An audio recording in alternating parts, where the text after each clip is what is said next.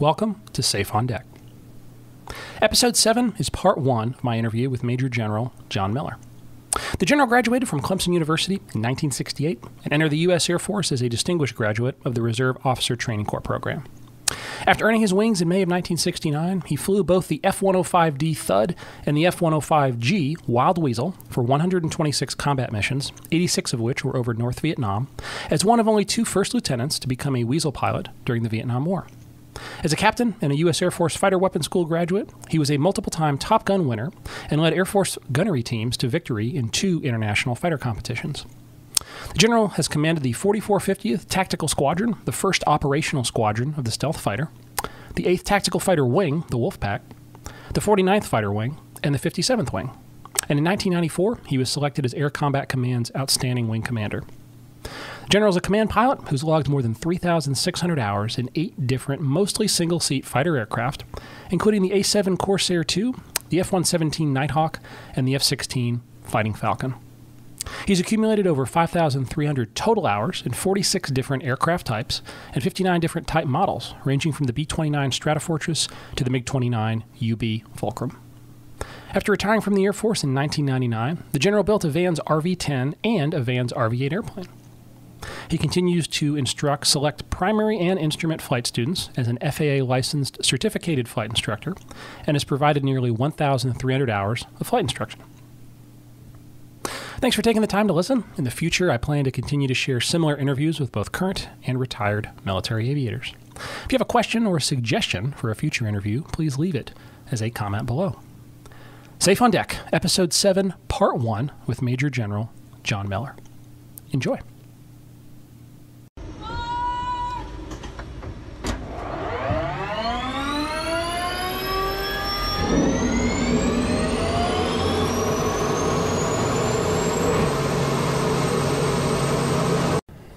John, where were you born? Tennessee. Okay. Where in Tennessee? West Tennessee. I'll be honest, I don't think I actually knew that you were from Tennessee. Yep. What was your path into aviation? Do you remember as a little kid, was it something that you always saw, or? I can't remember because we always had an airplane when I was a kid. Really? Yep. Okay, so just a family airplane of some form? Dad was come out of the war, out of World War II. And of course, I was born after the war. And the first airplane we had was a Fairchild 24. Yeah.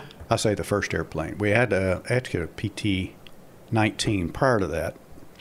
But the one time I flew in it, I was in my mom's belly. And she told Dad, you get an airplane I can ride inside with or I'm not flying anymore. So from days before I can remember, we had an airplane in the family. That is so cool. So as a little kid, you've literally always been surrounded by aviation. Yes. As a child, is it something you remembered you always wanted to do as a career or just a hobby? Obviously, it became a career, but when did that, I guess what I'm looking for is when did that spark become a fire and you said, this is what I'm going to do for the rest of my life? Probably when I went off to college. Okay. Where'd you go to college? Clemson. I knew that, sorry. I have to ask. But and what did you study? You were engineering, right? Nope. No. I started out in engineering. Okay. Then I went through 5 majors before I finally found one I could graduate in. Okay. What was the one you graduated in? History. History. Why history? Because I could graduate. Okay, fair enough. And I could get my commission and go to pilot training. Absolutely. And were you in ROTC while you were at Clemson the entire time? The entire time. The entire time. Okay. I know how it works now, and obviously I know the Navy a lot better than the Air Force, but were you on a scholarship the entire time going through? They didn't have scholarships. Okay, so it was just something that, I don't want to say not an extracurricular, but you participated in ROTC, but there was no financial aid. You had to go through Clemson on your own. At the time, Clemson is a land-grant college.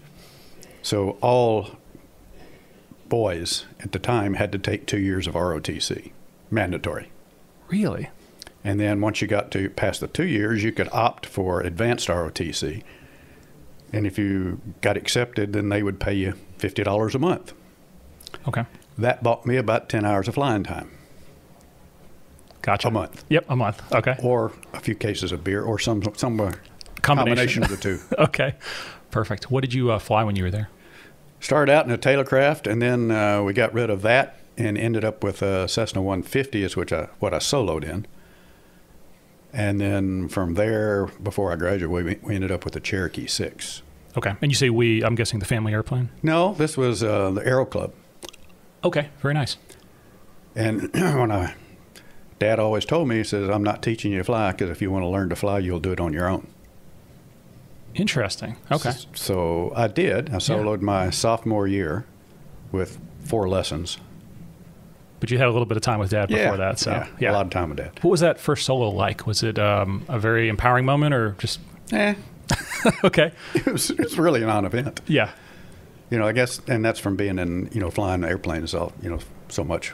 Sure. When I was a kid. But I didn't solo my first year because I ran out of money. Okay. And then I saved up money from working some of my allowance and then working in the summer before my sophomore year. So I got my private ticket, soloed in the early fall of my sophomore year and got my private ticket before Christmas. Okay. That's an awesome early Christmas present. So. Yes, it was. I know, and I'm going to jump ahead and back a couple times, so I apologize, but obviously I know now you're a civilian flight, CFI, right. certificated flight instructor, I think is the appropriate term, but yes. You instruct students here at Tullahoma. The reason I ask is you've seen a little bit of change in general aviation, I'm guessing. From A lot, yeah. What are we doing wrong? What is it that I have some thoughts, and I'm not that old, but I have some thoughts that I remember my first flights here at Tullahoma to now, where I think general aviation could be doing better. And some things we're doing well, but I really want to hear your perspective more than mine. What do you think we should be doing better? Well, I've got two answers to that. One is we have become way too overregulated in the GA world. And then they just keep adding more and more restrictions and regulations as we go along. And the second one is we got away from teaching people how to fly airplanes. And by that, I mean, we got away from teaching spins for private, okay? That was a huge mistake, in my opinion. For a long time, we wouldn't even let you do a stall. But now at least the examiner will let you take it to the first indication of a stall. So you actually cannot take it to a full stall now? That's correct. Really? I did not know that. Yep. So in my students, one of the things we is before they ever get to solo, they will stall the heck out of that airplane. Power on, power off, flaps, no flaps, you name it. And they'll do it until I'm happy with it. And when I'm happy that they understand that feel in the seat of the pants, the airplane's about to stall, and they can immediately apply the correct recovery, they'll never soloed. The other thing that I do is I require all of my private students to go take a spin training lesson with Catherine up on the mountain. Heck yeah, that's awesome. And of course, most of them are afraid. I don't want to go do that. Well, once they've done it, the whole world has opened up to them. So I never knew that about an airplane. But you have to do it. You have to see it. Yeah. You can't do it in a simulator. You can't talk about it. You can't watch it on video. Why do you think that is? Well, because it's a man-machine interface, or human-machine interface, that the airplane is talking to you, and you can only hear it talk to you through the senses, and the senses include hearing as well as, touch, feel, lightness in the seat, inner ear. There's so many things that the human body senses it all at one time. You can't simulate that. I agree. And then part of the problem is where the private pilots get in trouble is low altitude, close to the ground, either in the traffic pattern or buzzing grandma's house or things, and they don't know that they're on the ragged edge of a stall. Because they've never been there before in training. That's right. So you're, I don't want to say king for a day, but let's say you could affect change. I guess I agree 100%. We stall the T6, we spin the T6. I love it. Those first couple times, it's not a comfortable feeling, but the more you do it, that comfort comes. And I almost wonder if the reason why we've, and I'm going to use big air quotes here, gotten away from that is because people are uncomfortable and they never go out and challenge that fear. And so they just perpetually live in fear. And then when it happens to them for real, they have no tools in the toolbox. They're not prepared to deal with it. What do you think? I don't know, I'd say a Citabria at every airport, some kind of an airplane where you can go do that training in, and then folks that are, current qualified and go out and do it. I think it'd be a wonderful thing, but I don't know if that's the solution. Well, I don't know how you would afford that across the country. True. That's the sad part there. Like, I'll go back again, as for a long time, you had to have spun an airplane with an instructor before that was one of the squares you had to fill before you could get your private. But what they had was, over time, the experience and expertise of the World War II crowd started dwindling out in the instructor ranks. So you had novice young instructors who might have spun once to get their license, where now the instructor for teaching people how to recover from spins didn't work. So they started planting airplanes in the dirt. So the FAA says, okay, no more spin training. Okay. Now, where do you have to get spin training today? Do you have to?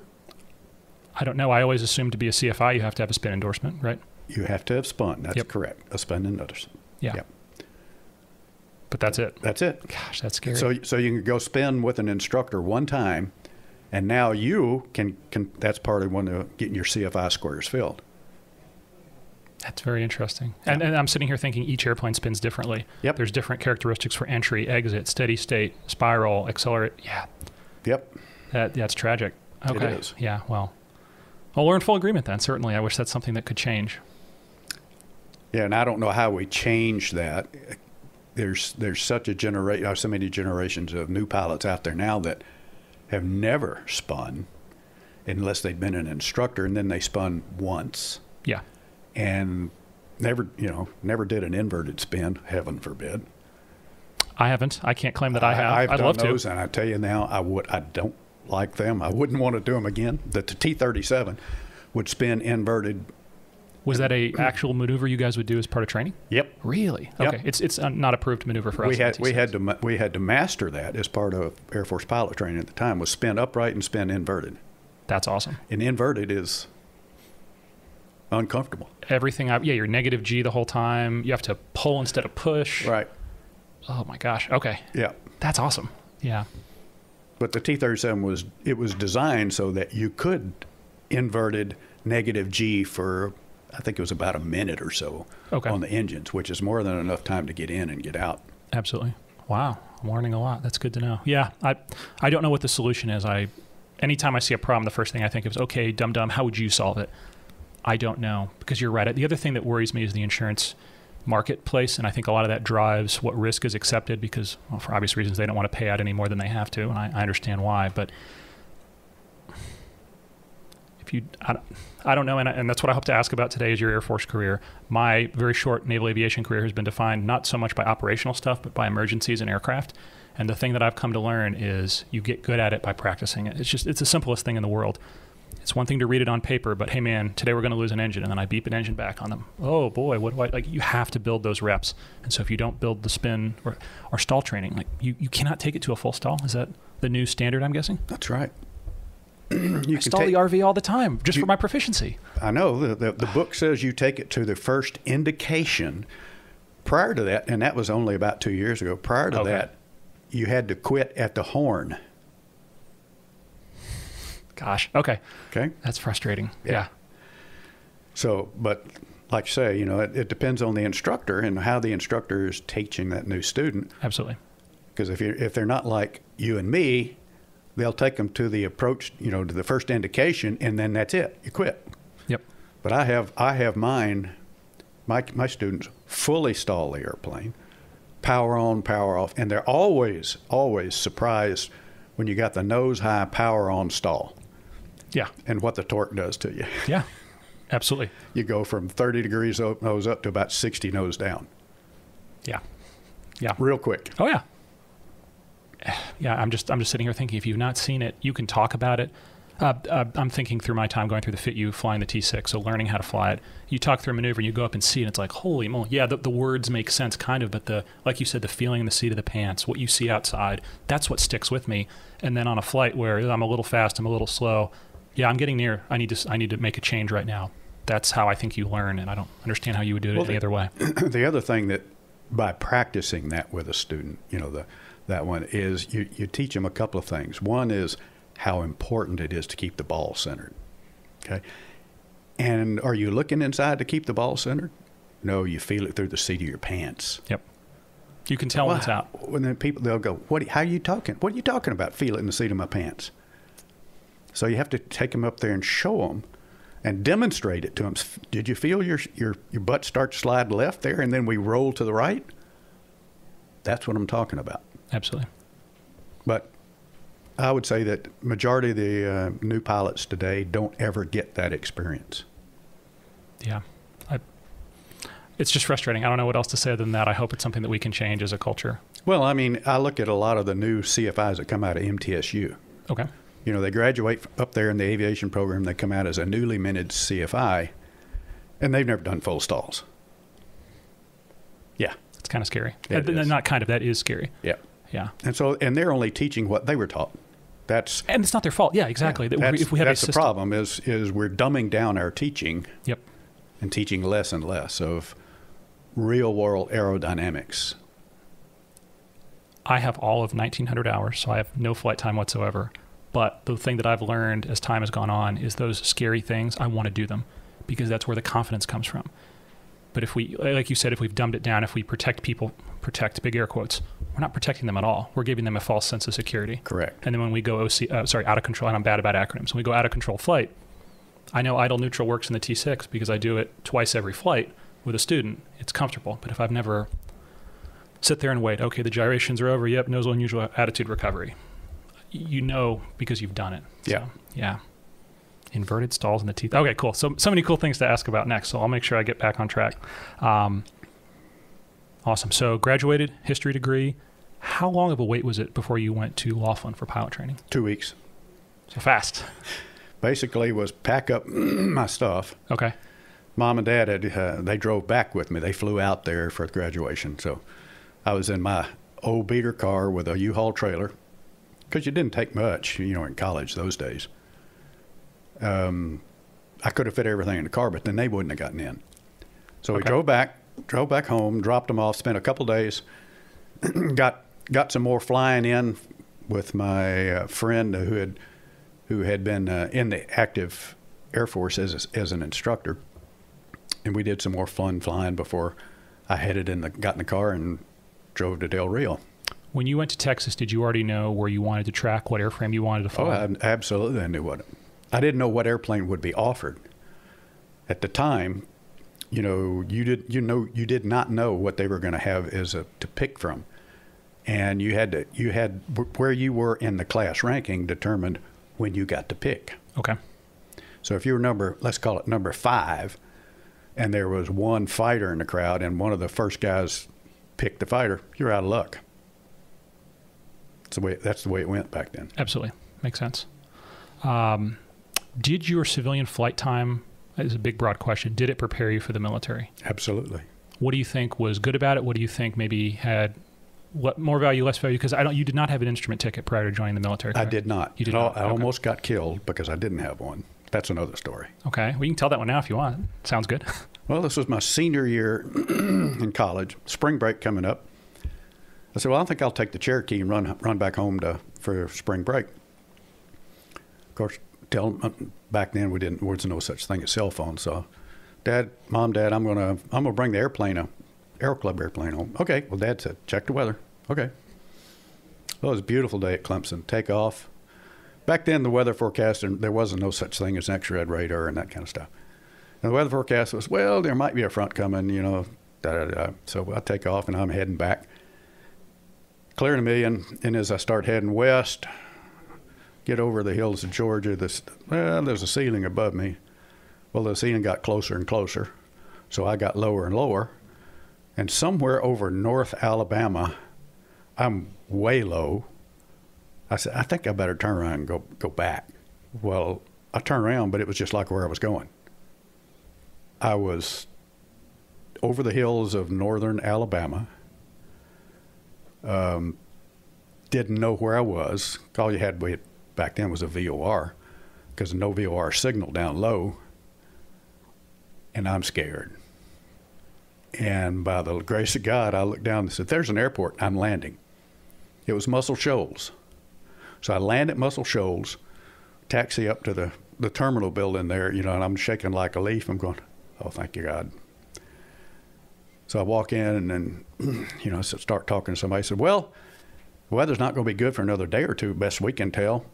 But Southern Airlines has a flight from here to Memphis in about 2 hours. You can get on it if you want. So I tied the airplane down, called my dad, said, pick me up. I'm flying into Memphis. I flew into Memphis, and he said, he got in the car, and he said, I assume you got a story to tell? I said, yep. Dad, after spring break, that airplane's going back. And I'm not getting in an airplane again until I learn how to fly instruments. And I'm going to let the Air Force teach me how to do that. Yeah. Wow. Very humbling. Yeah, it was. I could have very easily been lost in the hills of northern Alabama, never to be seen again, or at least not alive. Yeah. But it scared me big time. I was lucky. Yeah. And the thing that probably saved me the most was I'd flown with my dad so much over the years, and he was such a stickler of attitude flying. Okay, it's not just the attitude indicator; it's all the others that go with that: airspeed, altimeter, vertical velocity, etc. And that's the only thing that kept me from, because I couldn't see a half mile in any direction, and I was down at 300 to 400 feet above the ground, below the ceiling. Yeah. Oh gosh. Yeah. Yeah. So it was an eye-opening experience. And so valuable that the lesson you took away is I need more training. Yes. Because there's so many people, I think when you see a mishap, there's so many, everyone has a hot take, everyone has an opinion when they see something that happened. And the first thought that I have is that person did the very best they could. They didn't want to die. They didn't want to kill anyone or themselves. They didn't want to crash. So they did the best they could, but did their training prepare them for it? The answer is it depends. I don't know. You gotta dig and ask. But I feel like every time there's a mishap that occurs, there's a couple near misses. Swiss cheese hole model. I think the Navy, kind of big terminology we use. Absolutely. And so did that person? Oh man, I got lucky that time. No big deal. I'm a great aviator. I'll be fine. The lesson you learned was no. I need more training, and I think that's the right lesson to learn. And I'd wanted to get an instrument ticket in college, but that was a lot more flying. I didn't have the money. It's very expensive. Yeah. It was all I could do to stay current, as just VFR pilot at the time. Sure. Okay, back to Air Force pilot training, but yeah, that's an awesome Story. T-37, so you'd already soloed several GA airplanes. Oh, you started in the T-41, really? Yep. Okay, so it's a Cessna 172 bigger engine, right? Bigger engine, 2-seat, yeah. It's 2-seat, so there's not a seat in the back? Nope. I did not know that. Okay. What was that like? Mescalero is what they used to call it. Well, to me, it was a no-brainer, because I'd been flying 172s, 170s, so it was a no-brainer, and so I sailed through that training. Now, we started out with, 50 or 60 people in my section of my class, and we washed out probably 8 to 10 in the T-41. Really? Yep. What did folks, I know I'm asking you to reach back. What did folks struggle with? Was it the flying? Was it the ground school? Was it all the above? Okay. And then hot West Texas. Air sickness, yeah. Heat. I mean, one of my college friends who'd been with me in college, he was in there and he washed out in T-41s. Gosh. Yeah. Probably a huge disappointment, but. Yep. What was I know it changes. So for example, in the Navy right now, I'm not speaking for the Navy, but very clearly it changes from time to time based on the needs of the service. But if you wash out prior to winging, in some cases they'll keep you. You can be a surface warfare officer, intel. There's other things they might need you for, but more often than not, if they don't need you, you're a civilian again. What was the process? And I want to make sure I put the year to it. This was 68, 69? 68. 68. What happened to folks that had tried it back then? You washed out of pilot training, you went to be a officer somewhere else. Okay. Do something else. Okay. To serve your 4-year or 4-year commitment. 4-year commitment. Okay. And just to back up, when you got your degree, that was when you were commissioned as a second lieutenant in the Air Force? Same day. Same day. Okay. Perfect. So the T-41, that has to be a lot of fun when you already have GA experience. You're just learning it the Air Force way, I'm guessing. Yes. But it's still general aviation. Yeah, and that was, it's like any military, whether it's basic training or you name it. You got to start out learning how to do it their way, not my way, their way. And like I say, I'd been around Dad long enough, and he'd been in the war and whatnot. That wasn't a problem for me. Okay. easy to do. Being flexible and learning it someone else's way. Yep. I ran past it, so I want to circle back. What did your dad fly in the war? Well, it started out, he got in before the war started. Okay. And because he got in, he had his commercial license when he got in. They sent him off to the training world, a training command. And they sent him as a second lieutenant. They sent him as one of 5 officers to open up a new basic flying training school in Arkansas. So when the war started, you know, he was all hot. He says, I just really need to go do my part. They wouldn't let him out. So he ended up running that school for 4 years. Started out as, you know, the 4th man on the totem pole or so. Ended up being the commander of the school as a major. Wow. And then he finally, as they started to close down all these training schools around the country, they finally let him to go B-29s. So he went to B-29 training in Tucson and then over to, let me think about it. Tinian. Flew off of Tinian. In the Pacific? Yep. Yeah. Gosh. So he flew about 15 missions over Japan. And those missions were anywhere from 14 to 17 hours long. Good Lord. Yep. Yeah. Wow. And then after that, came back to the U.S. And did he continue flying as a career? No. My mom said, I want you to come home. You've been gone. I want you to come home. And so he went home and went in business with her dad in a car business. So he became a car dealer. Okay. But he always had an airplane that was his hobby. Sure. You know, some people have hunting and fishing or whatever. The hobby his was airplanes. So, I mean, when I was growing up, we had the Fairchild. That was the first one. Then somebody came along and bought it. So then we bought a gull wing Stinson, which we totally recovered on that. Wings and fuselage and everything. And you guys did the work? Yeah. Wow. That's a lot of work. And then somebody bought that. Then we had a Ryan Navion. That one he really liked. We had that one for a long time. Said the hydraulic pump kept leaking all the time. And then he sold that. And after that, he had a 172. He was part owner in a 210, and I don't know, 2 or 3 different. But his love of all the airplanes was his Navion. Yeah. We'd done a lot of work with it, and it was my mom and my sister loved it because they could get up on the wing and step into the back seat. Yep. Easy to get into. Absolutely. Wasn't the fastest thing in the world because we'd take it to fly down to see my dad's parents in Florida. But it was a good way to go. It's comfortable. Yeah, it's big. It's very roomy. Yeah. I have a real good friend down in Pensacola. He's got one named Olivia, and it's just big, beefy. I think the thing that I didn't realize, the tail is the same design on a P-51. Exactly. And very, very thick aluminum as well. Yep. So, yeah. It was a sturdy airplane. Yeah. Like a brick house. Didn't go real fast, but it was sturdy. Yeah, nothing wrong with that. It's a great instrument platform, too. Yep, my buddy's getting his instrument ticket in it. The only other airplane that has much room inside was the Stinson. Really? Because the Stinson is room for 3 in the back seat, or you could take the seat out and put a litter back there. Really? Yep. Wow, that's a lot of room. But the girls didn't like it because it was a little difficult to get in the back seat. Fair enough. Yep. So a long history of airplanes. That's really cool. Yeah.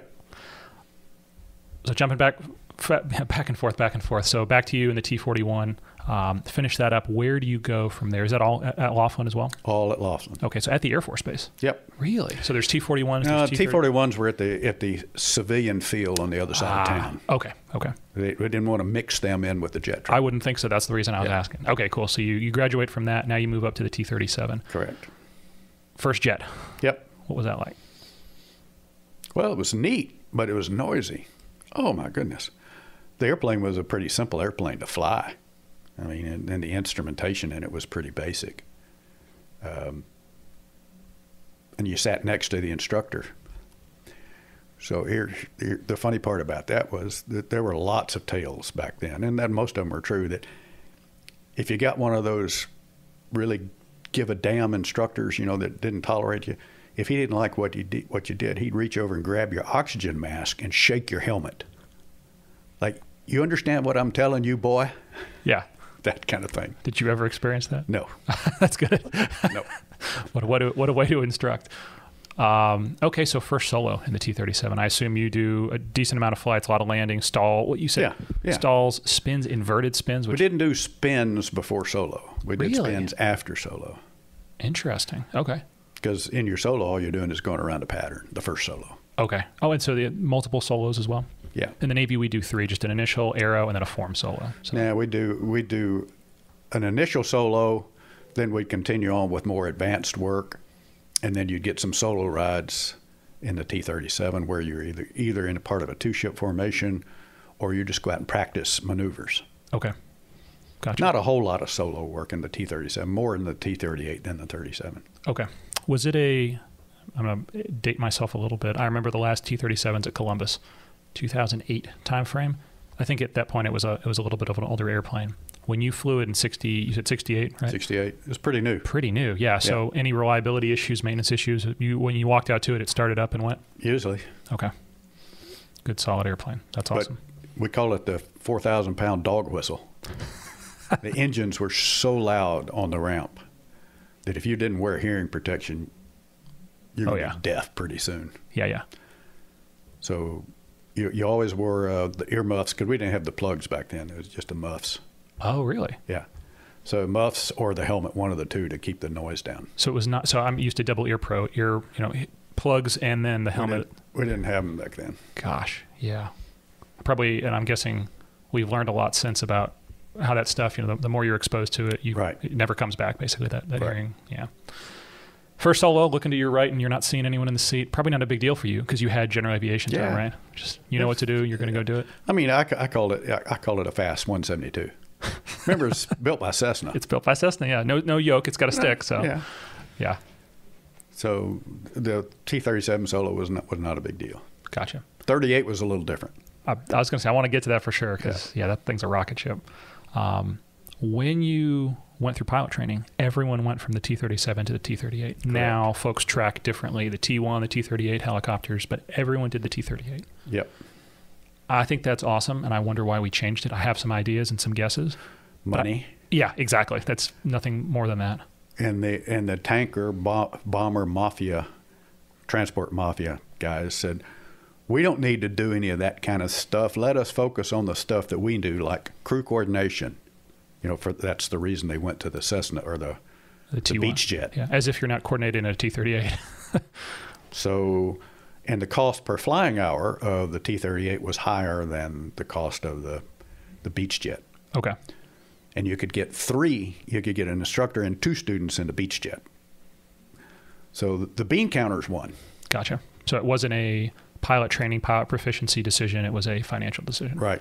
Yeah, as I think is so often the case. And I fought that decision. I never agreed with it because what you did was you took away a lot of that solo pilot in a high-performance airplane that builds trust in yourself.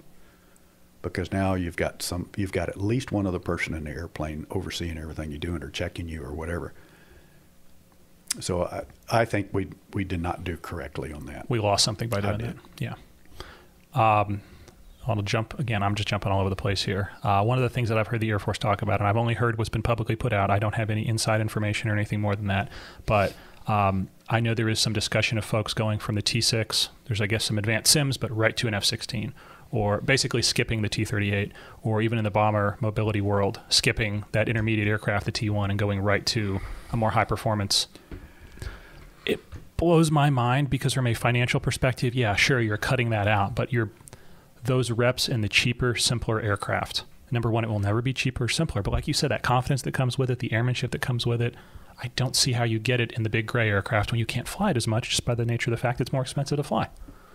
Just curious your thoughts if I'm off the wall here. I'll go back to what I've seen for the last 15, 20 years I've been doing CFI work, is the basic flying skills. Now, I'm not talking about computer flying skills. I'm talking about flying an airplane in the air skills that challenge all of your senses. They don't have that. If you jump right from a T6 through simulators right into an F-16, I think that is not good. Yeah. Now, you can do all the virtual reality stuff you want to, but you're still sitting in a chair or standing in a room. Yeah. You're not putting G-forces on your body. You're not putting negative G on you. Your body doesn't sense sliding in the seat. So I know, I understand what people are trying to do, trying to save money, but at the end of it, you're not going to have as proficient a pilot in physical flying skills. Now, I'm not degrading the fact that you become very, very efficient at running the systems in the airplane through a simulator. That I really think the world of, because that's what we did not have for much of my career, was an advanced simulator where you could practice all of that, the electronic management of the system. You couldn't do it except in the airplane in the air. Now you can do that on the ground, and that's fine. So that becomes second nature to you, but you don't have those physical skills. Absolutely. That physical muscle memory building skills. And you can't fake it. You can't replicate it in any other way. You have to be in an airplane. You have to fly. Yeah. And why wouldn't you do it in the cheapest, simplest platform? What's the Red Hawk, I think, is the T7, the new replacement for the T-38. Yeah. Yeah. Why not? Exactly. Why wouldn't you do it there? Okay, cool. I'm not the only one that thinks these things. Cool. But I think, I don't know. I know we're missing out on something by doing that. I know by cutting these, oh yeah, you'll never, so for in the helicopter world, auto rotations, I will never auto rotate a 53 to the ground. If you do, you're probably going to destroy the aircraft, but you're probably going to save everyone's life. But it's not a training tool. Right. I can auto at altitude, and then I do a recovery no slower. I still remember no slower than 40 knots, no lower than 50 feet. There's limits, but in the training command, we would take it all the way to the ground, to the grass, to a runway. It's great. You did all the hard work, and at the end, you got that kinesthetic feel, the pull, and you'd slide it on, and you felt like you'd actually done something. I have heard talk of some of that potentially going away, and it saddens me because people will use the excuse, oh, a Black Hawk doesn't auto like that. Yes, I'm not an idiot. I understand that it's not exactly the same, but you've never done the foundational, fundamental thing. Right. How would you? I guess we're doing it live. I guess we're doing it for real for the first time. So yeah,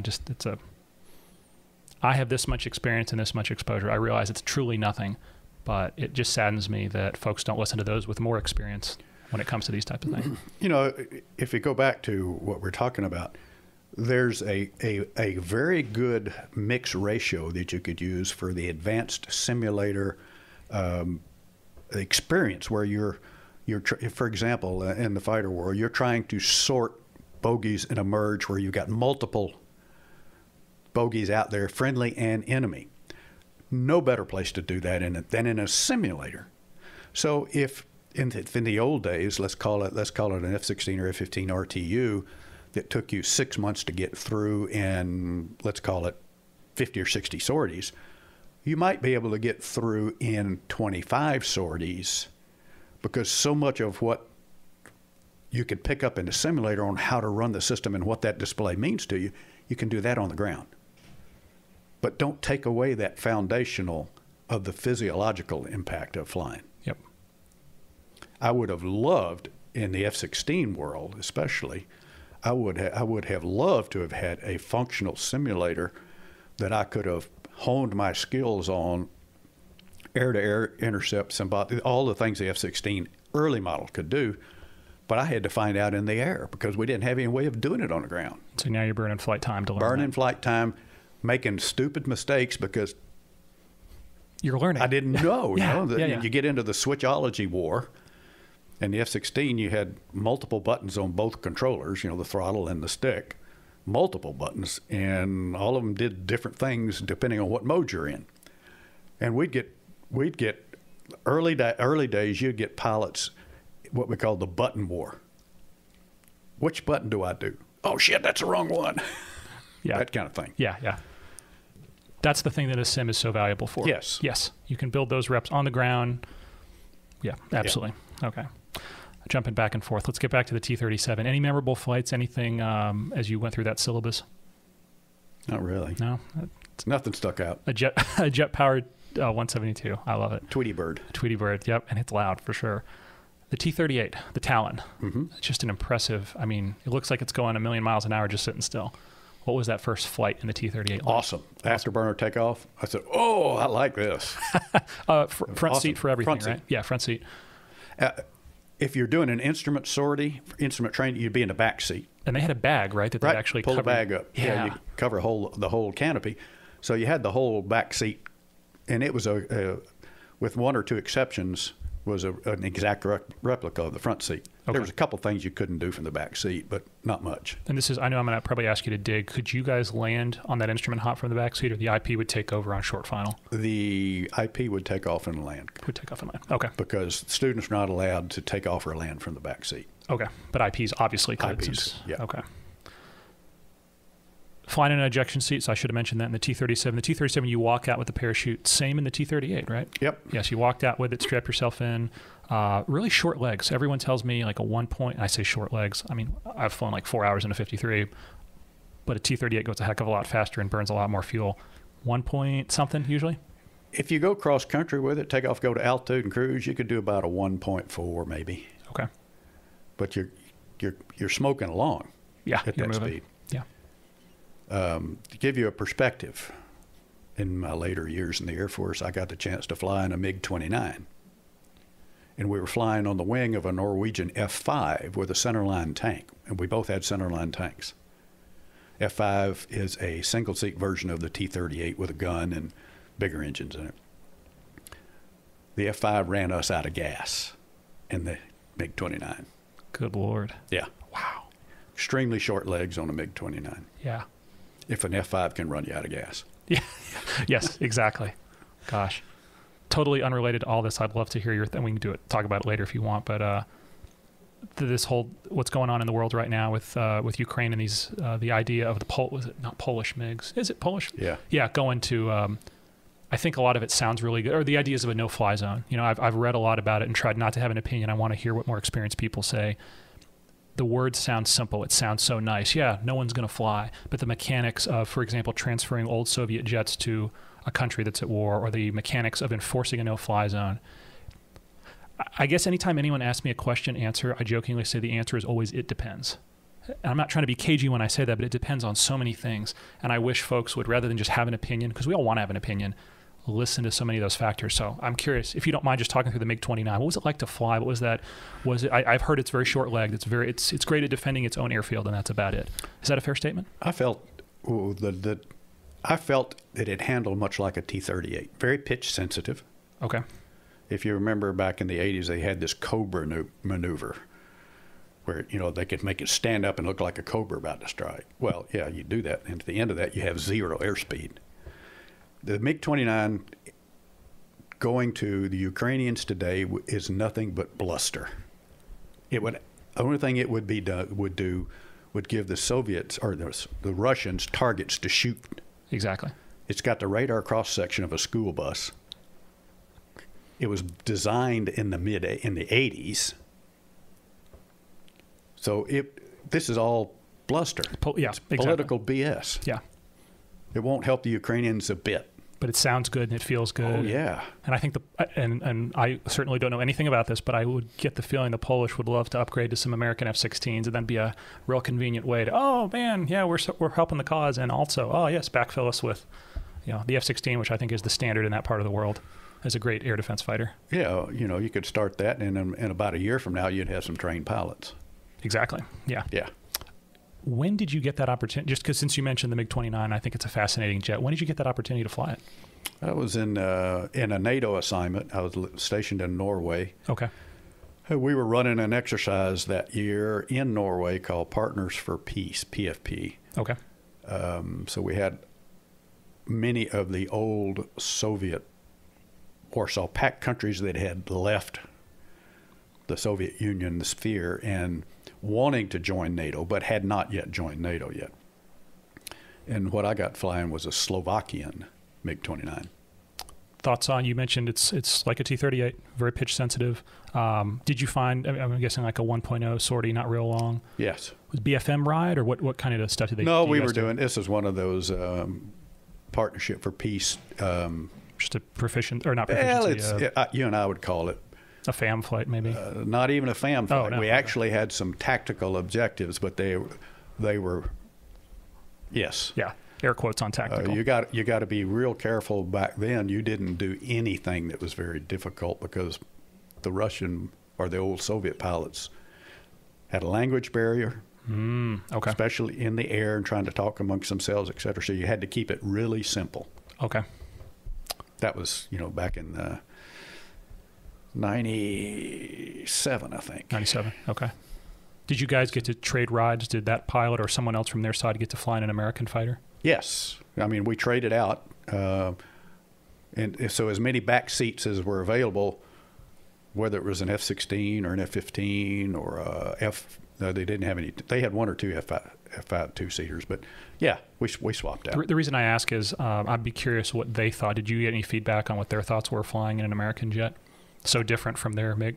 Their eyes were about that big around. Okay. Yeah. Totally eye-opening. Well, and the quality of the airplane was significantly different. When I first walked up to that MiG-29, we started doing our pre-flight. I looked at the pilot and I said, "Was this made in a tank factory?"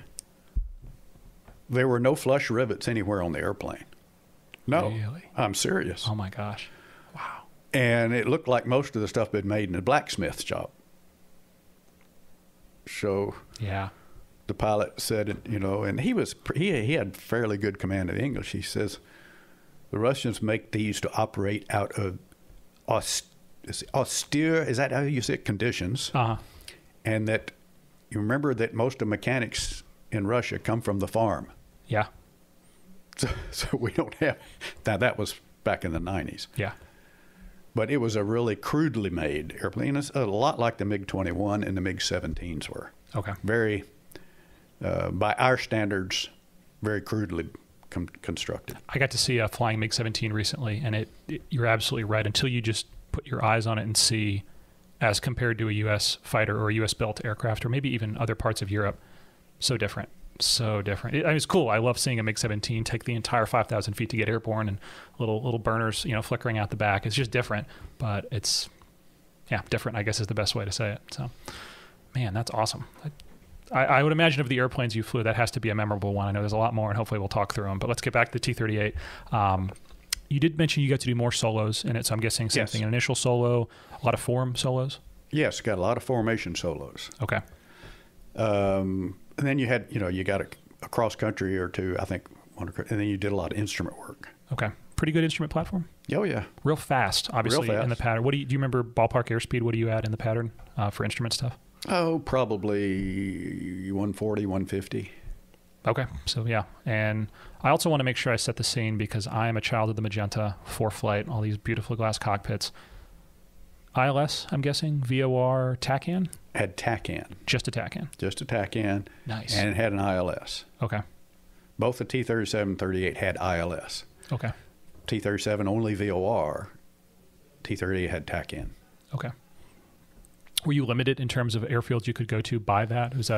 Were ILSs more prevalent back then? Well, in West Texas, there's not a whole lot of ILSs around, that you could get to. Okay.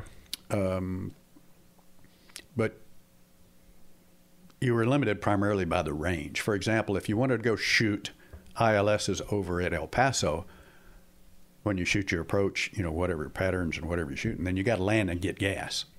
Because you couldn't go over and shoot an approach and come back and get to Del Rio. Yeah. You're there. Yeah. You're committed. Yeah. Any other good times going through pilot training? Good memories. Obviously, it sounds like, at least from what I've heard of pilot training at the time, a lot more folks going through, a lot more of a demand signal for aviators. So just a lot more flying. Even the folks that I know around Pensacola talk about, as much as I feel like we fly, they're like, oh no, back in the 80s, back in the 90s, so much more flight training was going on. I think we got, and I'd have to go back and look, somewhere around 200 hours in pilot training. Okay. It might have been 210 or 220, but I think that was about the standard was about 200 hours by the time you graduated. Gotcha. So you think about it, that's a fair amount of flying time because absolutely half the time you're in class, and the other half you're either sitting in the ready room studying, or you're briefing, or you're debriefing, or whatever. So the days could be fairly long. Okay. And set me straight. I know the Air Force model is like, you show up, let's say 8 a.m., you leave at 5 p.m. You're there all day long, whether you're flying or not, correct?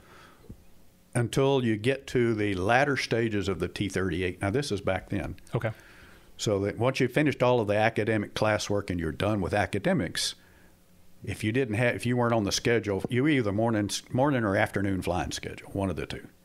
So if you were on the schedule you could do whatever you wanted to, but that was way late in the course. Okay. And the reason I mentioned that is, for example, at least when I went through Navy T6, Navy TH-57, if you weren't scheduled, you weren't there. It was kind of I don't want to say big boy program, but you were trusted. You better be getting ready for your next flight. It's not, there's going to be no excuse that if you don't roll in. Whereas, as I understand it, the Air Force and Army, it's a little bit different mentality. But I don't think that's a bad thing. I think sometimes some people probably would have done better if it's maybe, I'm not going to say forced upon them, but they're held to that standard of you're going to be here and you're going to be studying whether you're scheduled to fly or not. Does that make any sense? Well, that's the way we were. Okay. Even if you weren't on the schedule and we're done with academics, you still came in for the 7 o'clock or 7 a.m., whatever the morning brief was. Yep.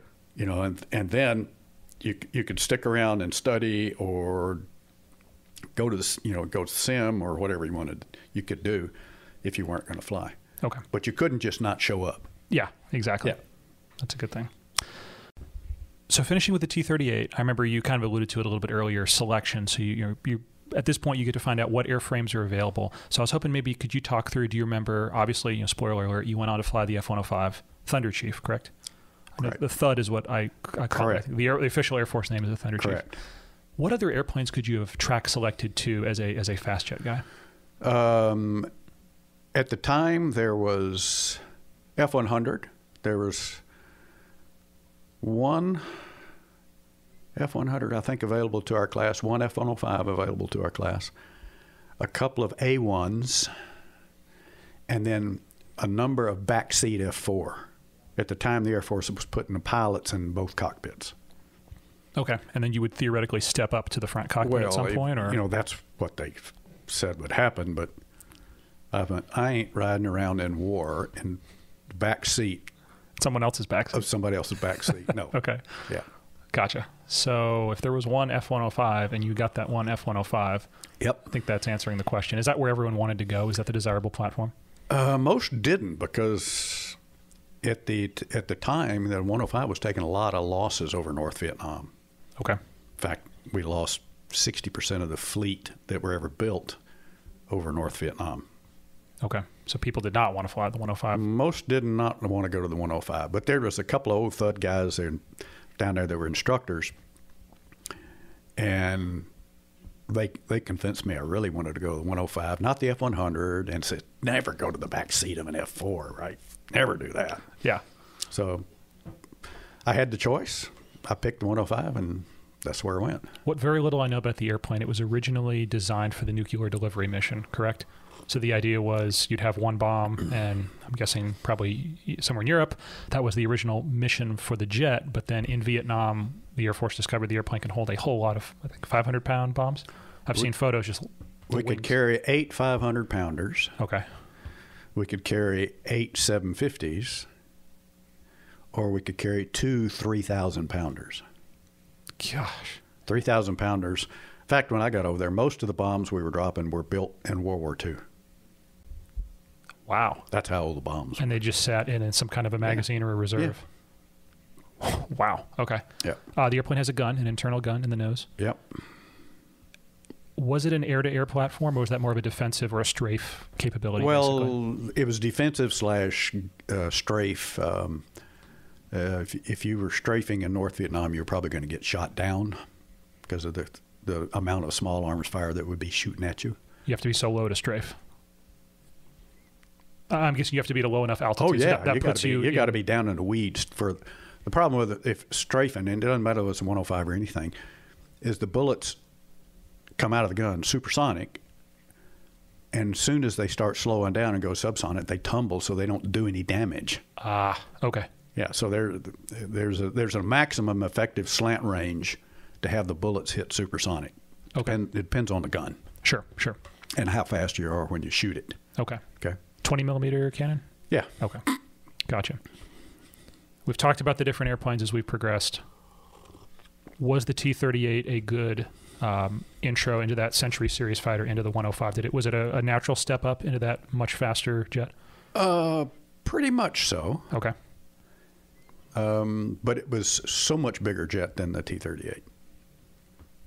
I mean, we were in combat. We were taking off 52,000 pounds max gross weight takeoff. Good Lord. Yeah. 2 drops, I'm guessing. Yeah. And then usually 2 bomb. drops on the wings, or you'd have one on the center line. If you're carrying the big bombs on the wings, you'd have a center line tank on the center line. Gotcha. And then, given the range of the targets we went after, we usually did a pre and a post strike refueling. 130 KC-135s? 135s, yeah. How did it fly on the boom? Was it a pretty natural airplane on the boom? Well, we were sort of slow, and the 135s were fast. They were going as fast as they could. And then sometimes if we were really loaded down to the gills, and it was a high-density altitude day, we'd have to get them to toboggan, in other words, start a gentle descent to pick up some airspeed so that we could hang on the boom once we were getting close to getting full. Wow. Okay.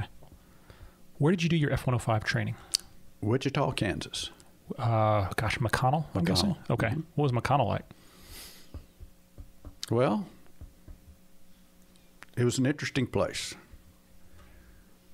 When we got there, the wing commander greeted us, because in my class, I think we had 12 students, ranging from a couple of second lieutenants all the way to a full colonel.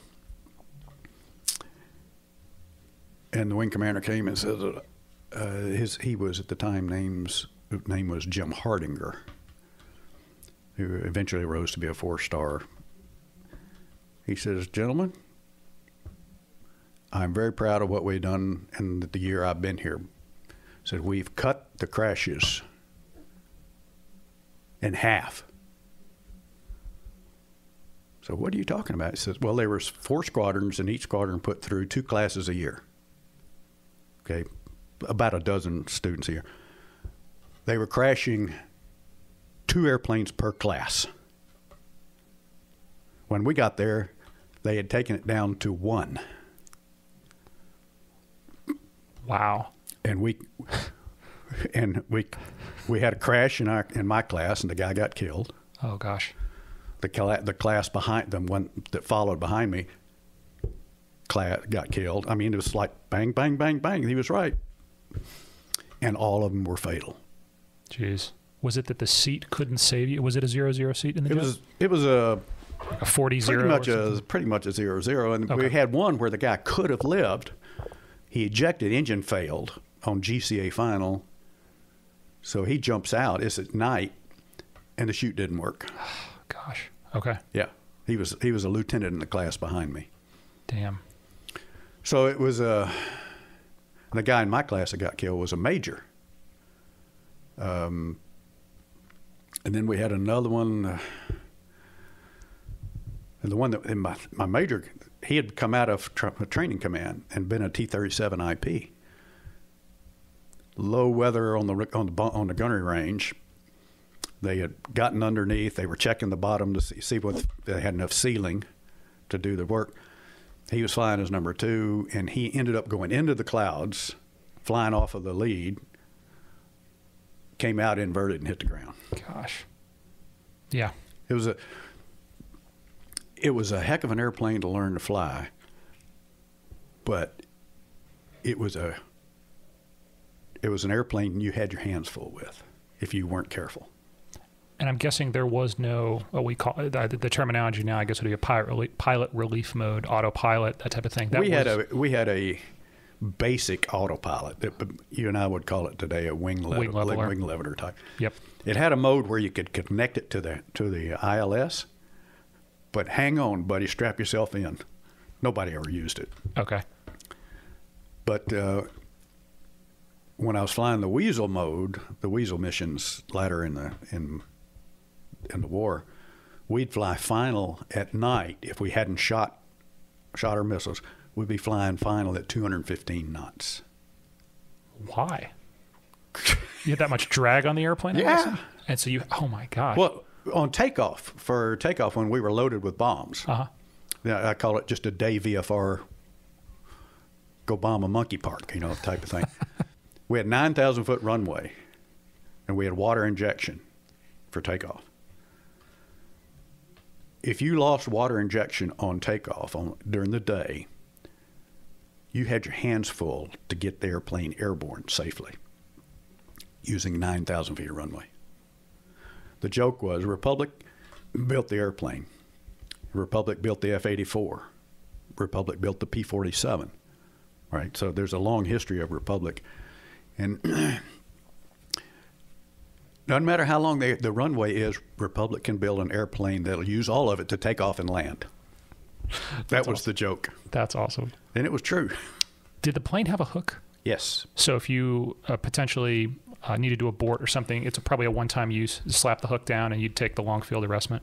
It was only designed to keep you from running off the far end of the runway. Departure end of the runway. Okay. We had an airplane while I was in Thailand that had an emergency and went into a different base. It went into an F-4 base, and they had a midfield barrier. And the pilot had hydraulic failure in the 105. It didn't occur to him that this was an F-4 base, that there was so the hook grabbed the midfield barrier, jerked the whole tail of the airplane off, and now he's the world's fastest tricycle, runs off the far end of the runway into the ditch, collapses, crushes him. Gosh. It was, like I say, it was not designed for anything except keep you from running off the end of the runway. Okay. We had a drag chute. Yep. Did not know that, but I'm sure there's crosswind limits, and it's not a perfect solution either, right? Well, we used the drag chute all the time, because if you didn't, you were going to end up at the end of the runway with hot brakes. Now, the drag chute, sometimes you'd pull the handle and the whole bag would fall out on the runway. That doesn't do you any good either. It does not, no. So just poorly packed. Right.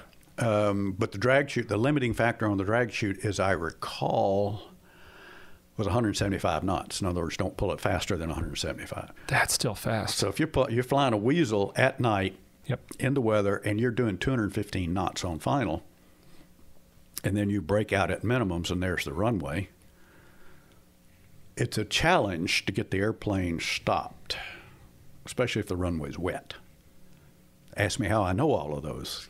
How do you know? Well, as a Weasel pilot, we flew a lot of night sorties, and you come back and it's whatever the weather is. Sure. Gosh.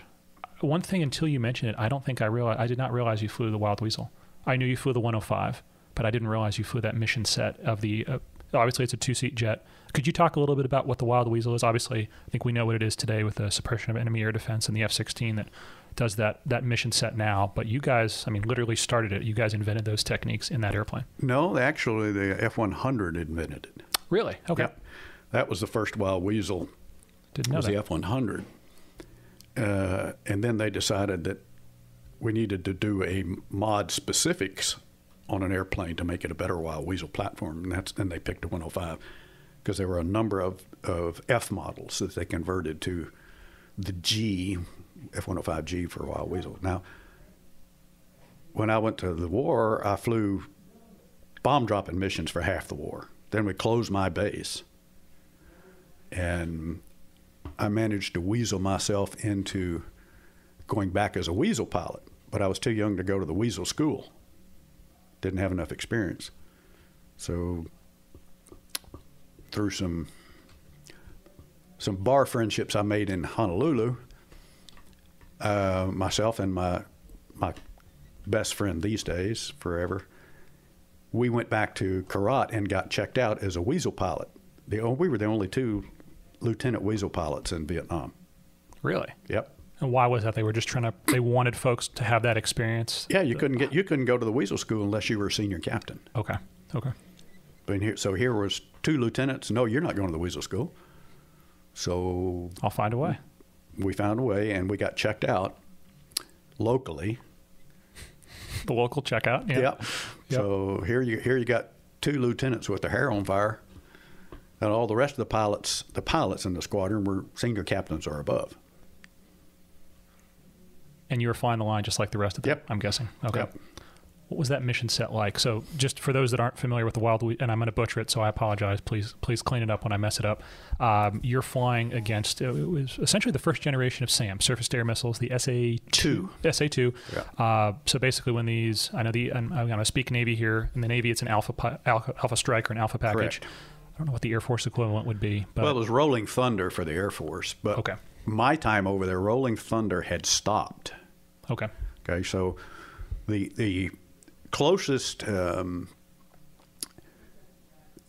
protective reaction strikes is probably the best. So most of our work at the time were escorting B-52s as they struck the trail along the North Vietnamese border.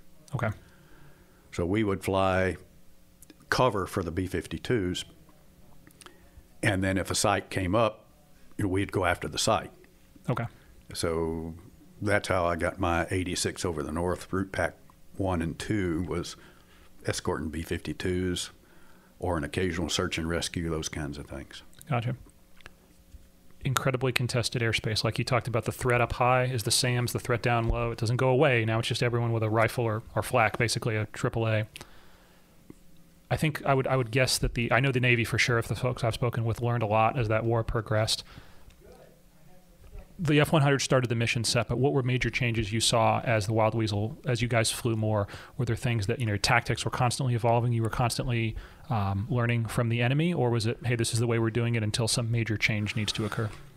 Well, there was not a whole lot of tactics feedback that occurred very quickly back then. Okay. In the electronic world. The ability to react quickly electronically back then was very, very difficult, time-consuming. Okay. Because nothing was done except way back in the States in a lab somewhere. Then you had to go test it, before it ever got over there. So it was a long lead time. And there was still a lot of compartmentalization of information in the intel world. So we didn't get good feedback very frequently on if the enemy had changed tactics on how they were using their SAMs. We'd find out when they'd do something different when we were up there. That's how we'd know. Yeah. Which is not the way you want to learn. And then after the war, we learned that a lot of that was being picked up by ELINT and HUMINT, but it went into the intel black hole and never came out in time to do us any good. Gosh. Okay. Yeah.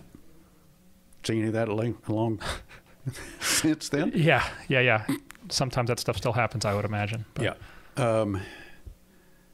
So it was an interesting cat and mouse game. And escorting B-52s was always a challenge. Yeah, it's not a maneuverable airplane, right? Well, no, and you're dependent because, especially when you're doing night stuff, because nobody has lights on, right? So, I did not realize that. Oh yeah, there are. Wow. You put lights on, somebody's going to shoot at you. Absolutely. Okay? Yeah, good point. If you light your afterburner, they're going to shoot at you. Okay? Yeah. So if you understand the physics of radar, if the North Vietnamese were going to shoot at the B-52, there's a line of sight between the radar sight, which is what we go after, is the radar sight, not the missiles, and the B-52. So you had to put your airplane in that cone where you can hear the radar that's looking at the B-52. If you're outside that cone, you never know that radar is looking at the B-52. You can't do your job. Right. So we depended upon the B-52 being in a certain location at a certain time, so we could, if the B-52 was at 30,000 feet, which they like to drop their bombs from up there, unguided bombs, they hit somewhere in Southeast Asia. Okay. And we're down at the 15 to 18,000 foot. Okay, so look at the geometry. So you got to be, since we're lower, we got to be a lot closer to the site just to be in the radar beam. Yeah. Okay. So to get over there puts you in much closer to the SAM. And of course, the two missiles we carried at the time were obviously range limited.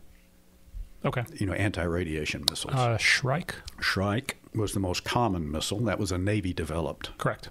one. And then we had the Standard Arm, Okay.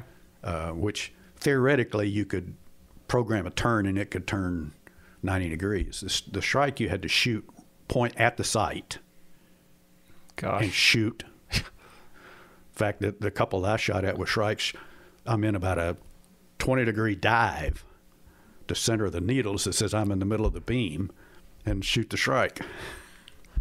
If they turned, and if we go into something I shouldn't ask, tell me, but if they turn the sight off, does the missile go stupid, or would it still? Oh, it goes stupid. So, pardon my French. So, yeah.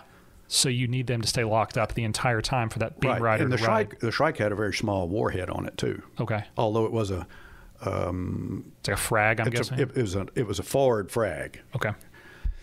But if the sight went down 10 seconds or 5 seconds, the warhead probably wasn't going to do any damage to the radar.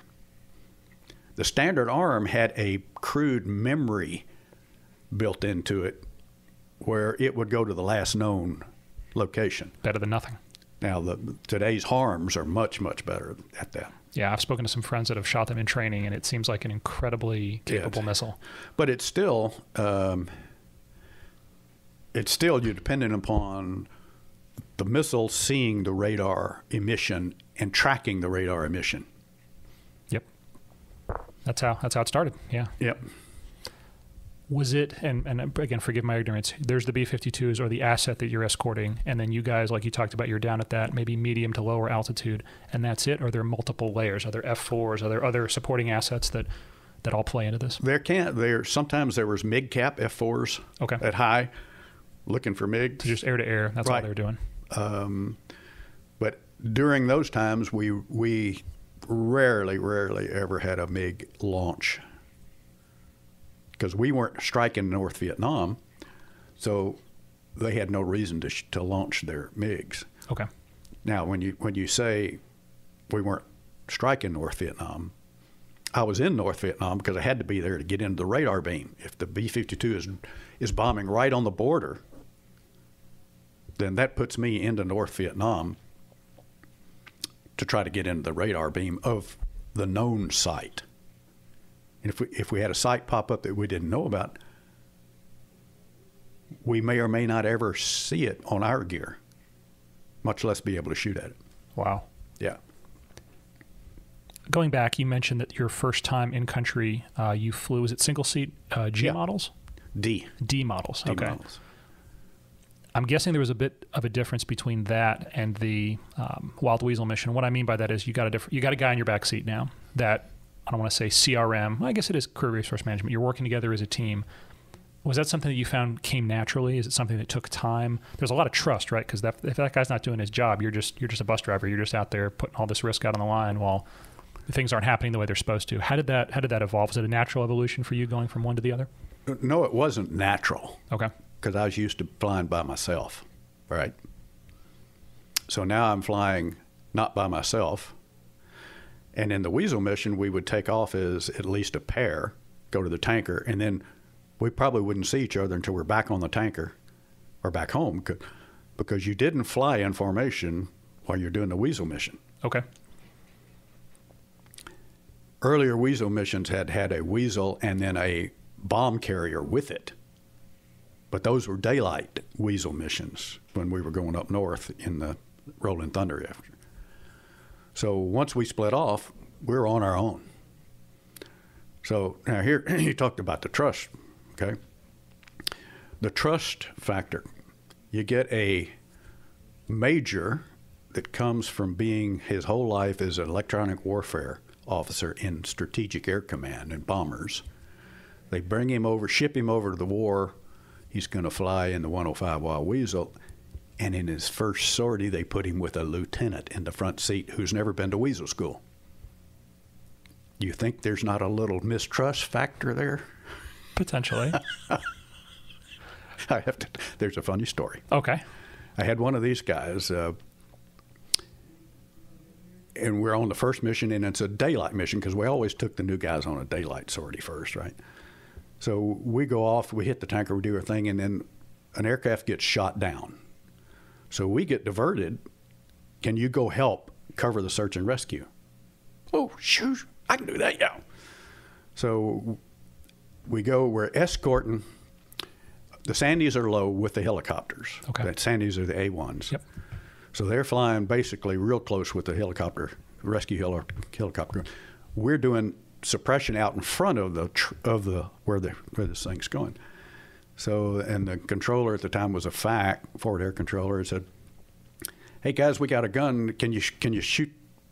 Can you see if you can put this gun down?" So put a mark down, right? So he puts a mark down on the ground. So okay, the guy in the back seat, Bob Crawford, goes, "What are we going to do?" I said, "We're going to go strafe." What? So we're down, shooting up down there to try to keep the guns from shooting at the helicopter when he comes by. And then there's tracers going across, in front of us and across the canopy. "Bob, where's that gun? Did you see him?" "No." "Yeah. Well, next pass, see if you can figure out where he is." Obviously, it wasn't where the mark was. So we come back around and we're doing it again. "Bob, did you see where those tracers come?" "No."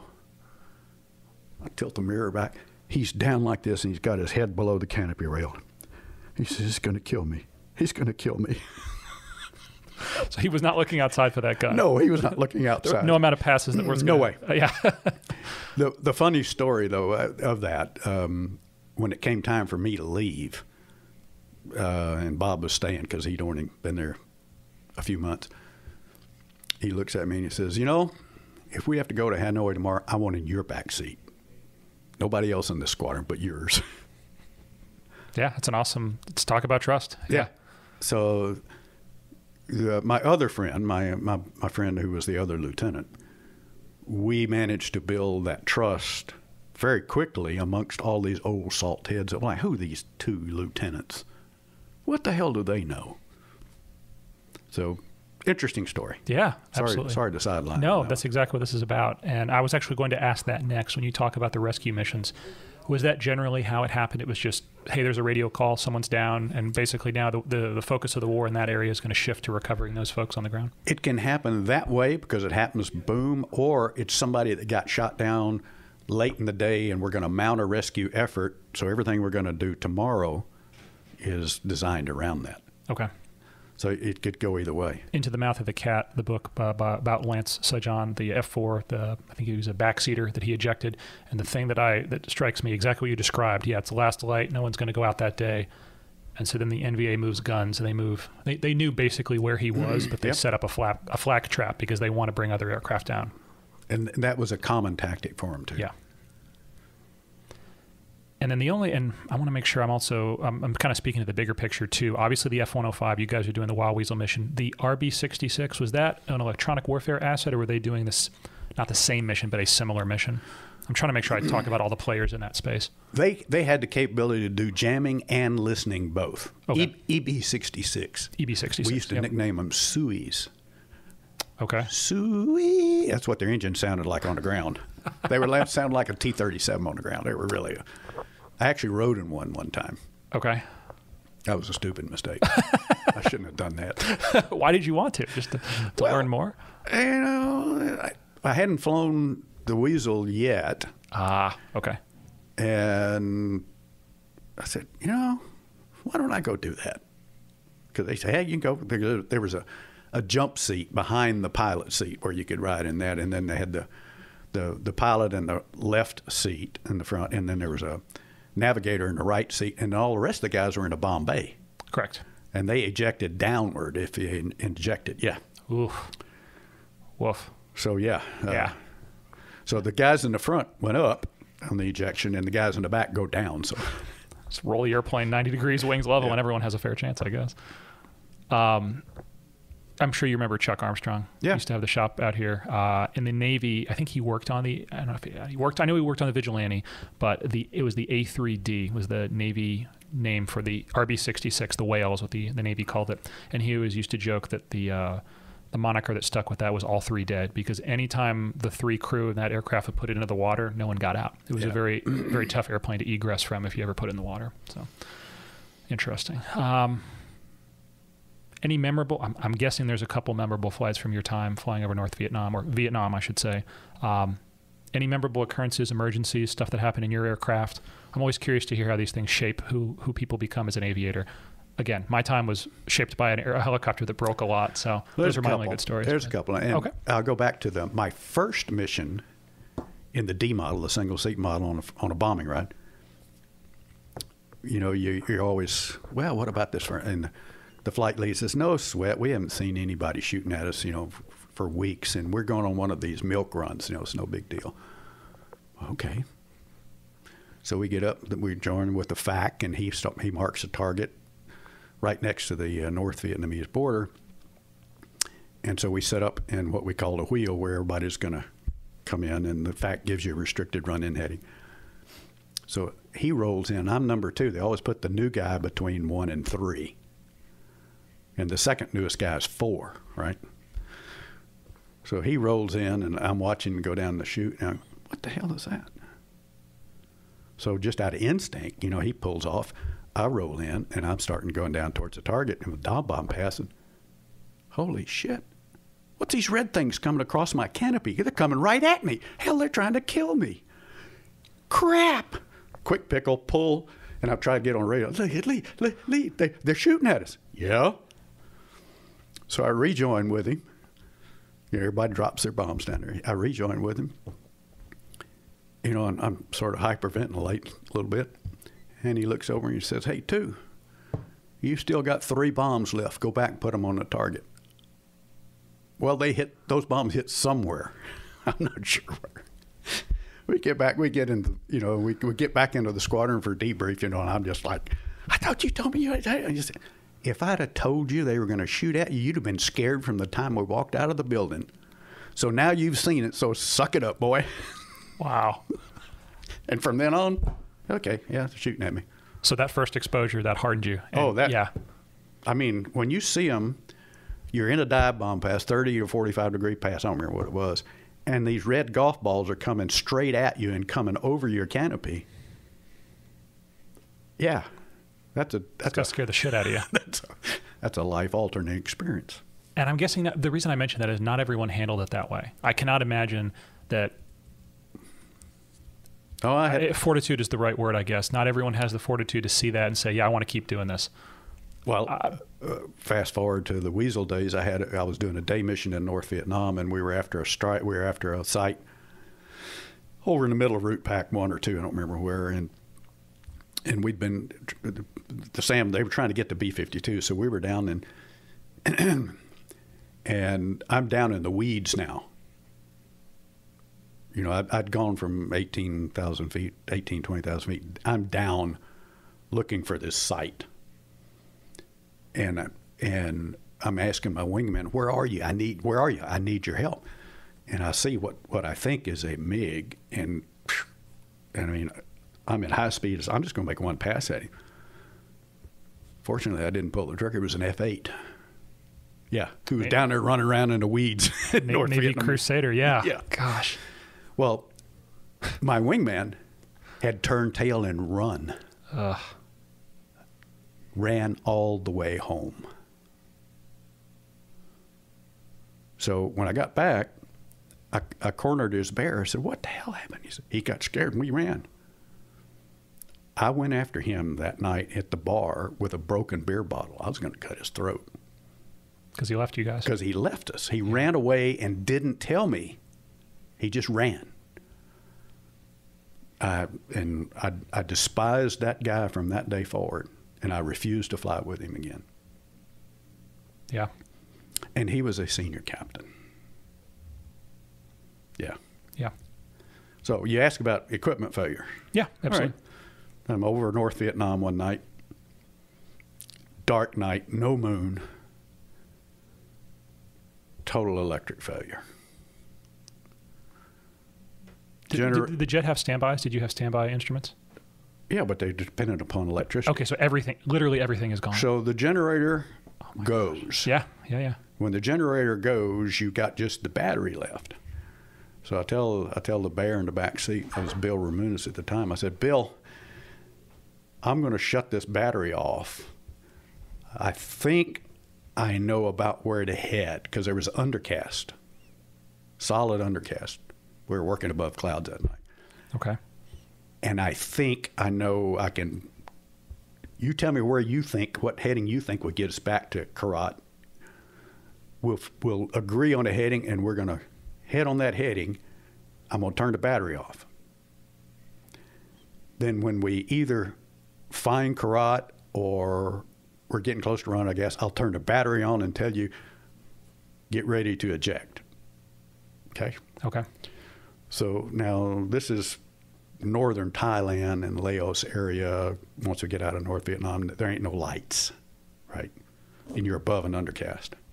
So we drive back, and I'm going, well, let's see, at about here, we ought to be seeing something pretty good. Well, then I saw a glow through the clouds.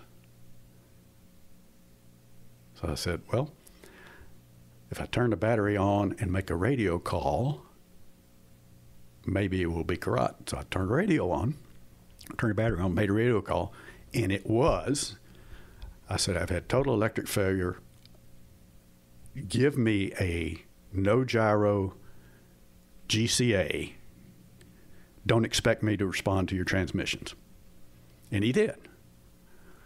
No gyro GCA through the weather, back down, landed that night. And about the time we pulled into the de-arming area at the end of the runway, the battery, yeah, everything. Wow. Now that's incredible. Yeah, because not only did we lose the generator, but we lost all of our electronic warfare capability too. So we would have been a great target. You want to shoot a duck at the county fair? Yeah. Yeah. And not even to mention the fact that your own guys are seeing someone coming back, a primary radar return, but they don't know who it is. Your transponder's not putting out your IFF codes. That's right. Gosh. So, yeah, that was an interesting mechanical failure. You already kind of talked about flying instruments. And just kind of to step back, in that emergency, you had a wet compass and then the radio when you turned it on, and that was it. That was it. No artificial horizon. Nothing. Gosh. Okay. So a dark night, no moon. Just staying upright. How do you fly straight and level? You have to use your performance instruments, the ball and altimeter and VSI. Well, I don't know. Let's see. VSI. Yeah, those are both going to be still working, hopefully. Now, I could see stars. Okay. So as long as I didn't confuse myself with stars, because there weren't a whole lot of lights on the ground anywhere in Thailand except at the cities, the major towns. So it was one of those, okay, get her trimmed up. Important, keep it trimmed up. And then watch your performance instruments. Yeah. And then start hoping. And all it was a time, distance, and heading. We think we're about this far away at this speed. Of course, we didn't know what our speed was to speak of. So he said, well, I mean, you had an airspeed, but that doesn't tell you ground speed. Ground speed, exactly. Yeah. Yep. You mentioned the term bear. I want to make sure I circle back to that. That's the electronic warfare officer in your backseat. Correct. Is there anything in this EP, in this emergency, that he can do to help you? And the intercom's out, right? Because the battery, the electrical system's off, so right. he's just back there trusting you. Well, and I told him, I said, I'm going to turn it off, and we're going to be if you want to talk to me, jiggle the stick, right? Yeah. And he said, okay. Well, what else? What other choice did we have? Eject in the middle of who knows where. Yeah. I'm going to go to find some place to run out of gas. Yeah. Yeah. Gosh. The reason I'm asking all this, was it under normal circumstances where everything worked? Was it a good instrument platform? Oh, very good. Okay. It had vertical tapes. You had airspeed and altitude, et cetera, on a vertical tape versus the round dials. Yes. Okay. So more intuitive, I'm guessing. Correct. It was easy to fly instruments off of. It was a stable platform. Nice. I'll give you an example of how stable it is. Part of our training was in Kansas. We went out to George Air Force Base in California to shoot the DART, the towed target, shoot a air-to-air missile, and then the instructors would all take sometime they would take their flight up Death Valley. And the point of that was to show you how fast the airplane will accelerate going downhill, because that was your best defense against the MiGs. Unload, accelerate, because nothing could catch you at the time. So we are at 400 feet above the floor at Death Valley in fingertip formation, maybe a little loose fingertip, but fingertip formation. And I can't see anything except directly out the front of the canopy because everything from the side back is vapor, water vapor. 810 knots indicated. It was just as rock solid as you could do. Wow. Yeah. And was that the technique in the 105? If you didn't want to turn with a MiG, even though you had turn with a MiG; they'll eat you for lunch. Gotcha. Yeah. It's just unload, get that power, and I don't want to say run, but extend the fight, get out of his gun range. Yeah. And their missiles weren't any much better than ours. So most of the kills that they got on Air Force or U.S. airplanes were guns. Yeah. Because both our Sidewinder wasn't worth a shit. Yeah. And neither was theirs. That's good for both. Okay. Wow. Was that a large, when you were back at, I'm jumping back and forth, but when you were going through so we call it the FRS, the Fleet Replenishment Squadron, used to be the RAG. For the Air Force, it's the RTU, Replacement Training Unit. Does that sound right? When you were learning to fly and fight the F-105, was there a lot of air-to-air emphasis, or was it basically that brief that you just gave me? Here's what you're going to do. No, we did basic fighter maneuvers. Okay, so a couple rides. And we practiced a lot of four-ship, medium altitude ingress, defensive stuff. I remember when we were in California, we were in the middle of one of these engagements, and out there we were flying clean airplane too. To give you the feel, if you jettisoned everything, how does it feel? Airplane? And a 104 jumped us from below and went straight up through the formation. And we just sat there and went, holy mackerel. Yeah. It's a missile with a man on the end of it. Yeah. Gosh. I'm guessing that's the only jet that probably turned worse was a 104.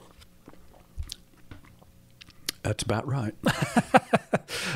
Wow. Okay. Very cool. Well, I don't want to miss anything with the 105. Any other thoughts before we move forward? Because you've flown at many different types of airplanes in your career, and I want to make sure I talk about all of them. No, that's good. I mean, to be the first airplane you cut your teeth on is a single seat fighter pilot right out of pilot training. And it was a beast. I mean, the cockpit sat 8 feet off the ground, 9 feet off the ground. So it's high. It's a big airplane. Different than the Fairchild or the 150. Yeah. Yeah. So let's see, and I want to make sure I just put some dates to it. So in 69, that's when you graduated with your wings from Laughlin. In 70, that's when you graduated. So I guess I can put some more dates to it. So May of 69, that's when you earned your wings. In February of 70, that's when you graduated F-105 pilot complete, ready to go to the fleet. Actually, it was the fall of 69. Okay. Along about December, but then they delayed people moving overseas. Ah. So I got a 4-month delay at McConnell, waiting to go to make my be able to go. Okay, gotcha. The reason I'm mentioning the dates is that is fast. That is a fast pipeline. Learning such a complex airplane, learning all the mission sets, and then being ready to deploy. That, at least to me, it took me 2 years to go from arriving in Florida to my wings, a year in primary, a year in advanced. And that's not the fleet aircraft at all. It's a lot slower these days, I guess what I'm trying to kind of highlight. Things happen quickly. Well, and the 105, too. Interesting thing with that was two things. One was before you went to the 105, you had to go to AT-33 lead-in training.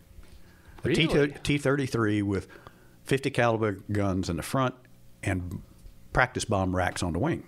Wow. You had to go through about 8 sorties. I went to Myrtle Beach for mine. And the point was to teach you how to dive bomb and strafe. Because when you do that in the 105, you do that by yourself.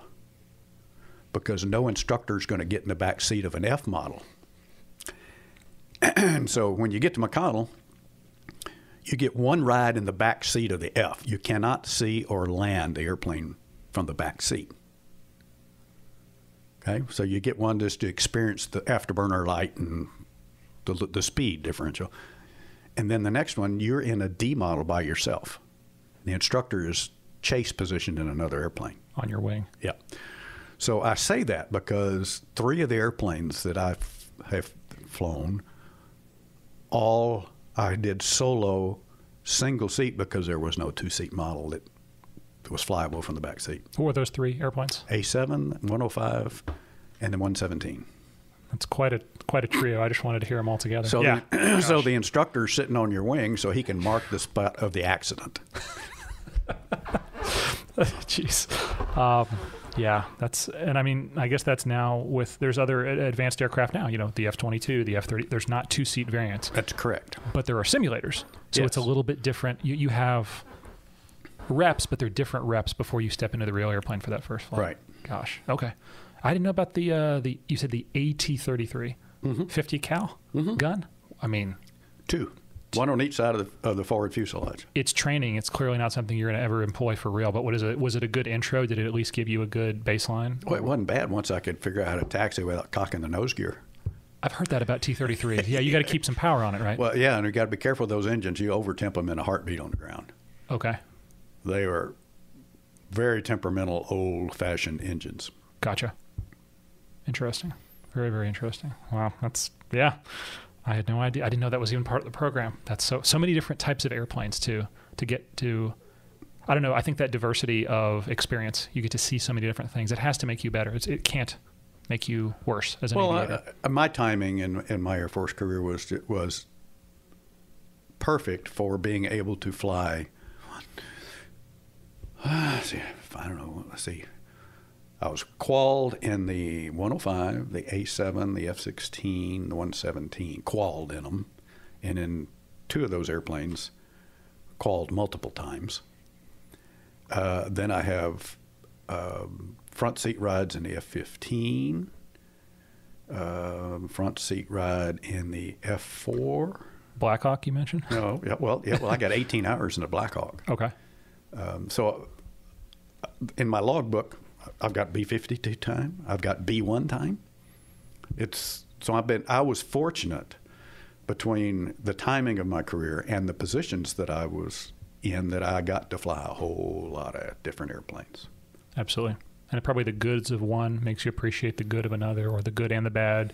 Just when you see so much, you get to realize, I don't know, I think some people get really bore-sighted on one particular jet or one particular asset, and then I don't know, I've had a really smart friend say, don't pick an airplane, pick a mission, because each airplane has strengths and weaknesses to do that mission, and then you get to appreciate it more. But some people just go down the rabbit hole of only focusing on just the F-16 or just the F-15. I've got my good friend lives down the lake, Tony Murphy. Yeah. You know Tony. I do, yeah, E.T. E.T. The only other airplane he flew in the Air Force besides the F-15 were the F-4 drones when he ran the drone squadron at Absolutely. Kendall. Yeah. So there was a guy who didn't get to experience, the experience that I was fortunate enough to do with different airplanes. Yep. It's not everyone has the same Air Force career or Navy career. Or Nope. Yeah. So going back to dates, just because I love them. So let's see. You went to, and I want to make sure I pronounce it correctly, in Thailand, Tockley, not even close. Tockley Royal Thai Air Force Base. That was June of 70 to October of 70 in the D model, the F-105D. And then after that, you mentioned the Wild Weasel mission set. So that was October of 70 to May of 71. Same, Karat. Yeah, different base. Was different that? Base. So we closed Tockley. Okay, so you closed Tockley and then, moved on to Karat. After that, the next thing I see on here, and the resume is so helpful, is the A7, the Corsair II. Is that the appropriate moniker? A7D. A7D. What made that transition happen, and what did you think about the 2 airplanes? Because I cannot imagine a 105 and an A7. There's similarities, but there's a lot of differences. Again, it was fortunate happenstance that got me out of the 105 because I knew it was a dying platform, and into the brand new to the Air Force A7. Okay. So Bob and I went to Tucson, and we got back from the Weasel mission and waited for the airplanes to come and the schoolhouse to start up at Tucson. Previous training had been done at Luke, but then they moved it all down to Tucson. So we got checked out in the A7 and flew it for a year there in Tucson before the Air Force sent us both to Louisiana, to England Air Force Base. England, yep. Right. And you said your first flight wasn't a single-seat A7? There were no two-seat A7s at the time. At the time. Okay, so that was something that happened later. Yeah. Why did the Air Force buy the A7? Because I know it was I don't want to say joint, but both the Air Force and the Navy operated the A7. We were looking for something to fill the role that the F-100 and the F-105 had done in bombing. Okay. The Navy was way ahead of us. Head-up display, computerized bombing system, inertial navigation system. It was the first airplane to have, if you will, if you want to think of it, sort of the death dot capability to drop dumb bombs. Okay. Because everything prior to that in the Air Force was Kentucky windage, okay, Yeah. basically. Yeah. And so the A7 getting in on a brand new airplane, because Bob and I had gotten to Tucson early when they decided to open the wing in Louisiana. They took the 10 guys who'd been at Tucson longest and shipped us all to Louisiana. Perfect. Okay. Worked out well. Worked out well. That's where I became an instructor there, and then a flight examiner, and I went to the weapons school, fighter weapons school. How did the Air Force identify that? They said, hey, we have certain folks that have... I'm curious how they pick instructor pilots, because I know how, in my brief Navy flight time, I have some kind of different thoughts about how we choose who we want to be instructors. In the Air Force, is it just, hey, you're the next guy in line? Nope. Or you have to have a good fit for it? You have to be a fit for it. You have to be recommended. Your squadron commander and your operations officer says, he'll make a good IP. Let's make him an IP. Okay. It's not You're next in line. Yeah. Nope. Nor should it be, just for the record. Right. Yeah. And none of that, at least when I was in the Air Force, we had none of that. It was, that person fit or not? Did you enjoy it? What? Do you still enjoy being an instructor? I do. I really do. What do you think, what do you find enjoyable about it? To pass along some of my knowledge of aviation for the next generation. I asked about it being natural. Was it a natural fit for you, or was it something that took work? I think it was natural for me because I had been exposed to it since I was the only picture we've been able to find of me in an airplane, early airplane, was a picture in the Fairchild.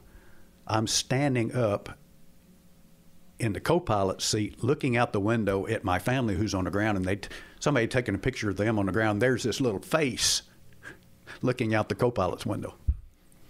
But I don't remember a time when we did not have an airplane in the family. Now, they were junkers. Sure. And we'd fix them up, and somebody come along buying, and Daddy'd take the next step up the ladder of a better airplane. The reason I ask is some people are very good with an airplane. I don't want to say tactically. The last thing I am is tactical, but very proficient in operating it. But that next step of being able to teach someone else, like my wife is a first grade teacher, and first graders know nothing. And I don't say that as an insult. They're first graders. They literally don't have a lot of, I think, 5, 6, 7 years old, really, really young. And so sometimes she'll explain to me the strategy she uses to teach a child, and I'll think, wow, yeah, if I knew nothing, that's the very basic foundation. And yet I get to do that with folks in an airplane. And sometimes the moment you just take the moment you give a little bit of rope, I don't want to say rope, the moment you give a little bit of trust, yeah, you got this, I'm always immediately rewarded with, nope, they don't. You have to be very cognizant of, you're giving them their first look at something. You know, what you see first, you see best. What you learn first, you learn best is a Navy term that gets thrown around a lot. So sometimes I've had other instructors have talked about, yeah, it gets old. I see the same mistake every time. And I just try to treat it like a game. No, I want to see what that first mistake is. I want to see the intelligence behind the mistake. Why did you have this? You know, maybe sometimes they strike out and they get something right. Awesome. You read it in the book and it makes sense. Do you understand why it makes sense? Do you understand why this is important? Is it the old bald dude Antonio rambling, or is it, no, this actually has importance and it has meaning? But some people don't have the personality for it. That's what I'm asking is, was it something that I guess you're not doing primary flight instruction in the A7. These folks are already, winged Air Force aviators. Winged aviators. So it probably makes it a little bit better, right? Yes and no. Okay.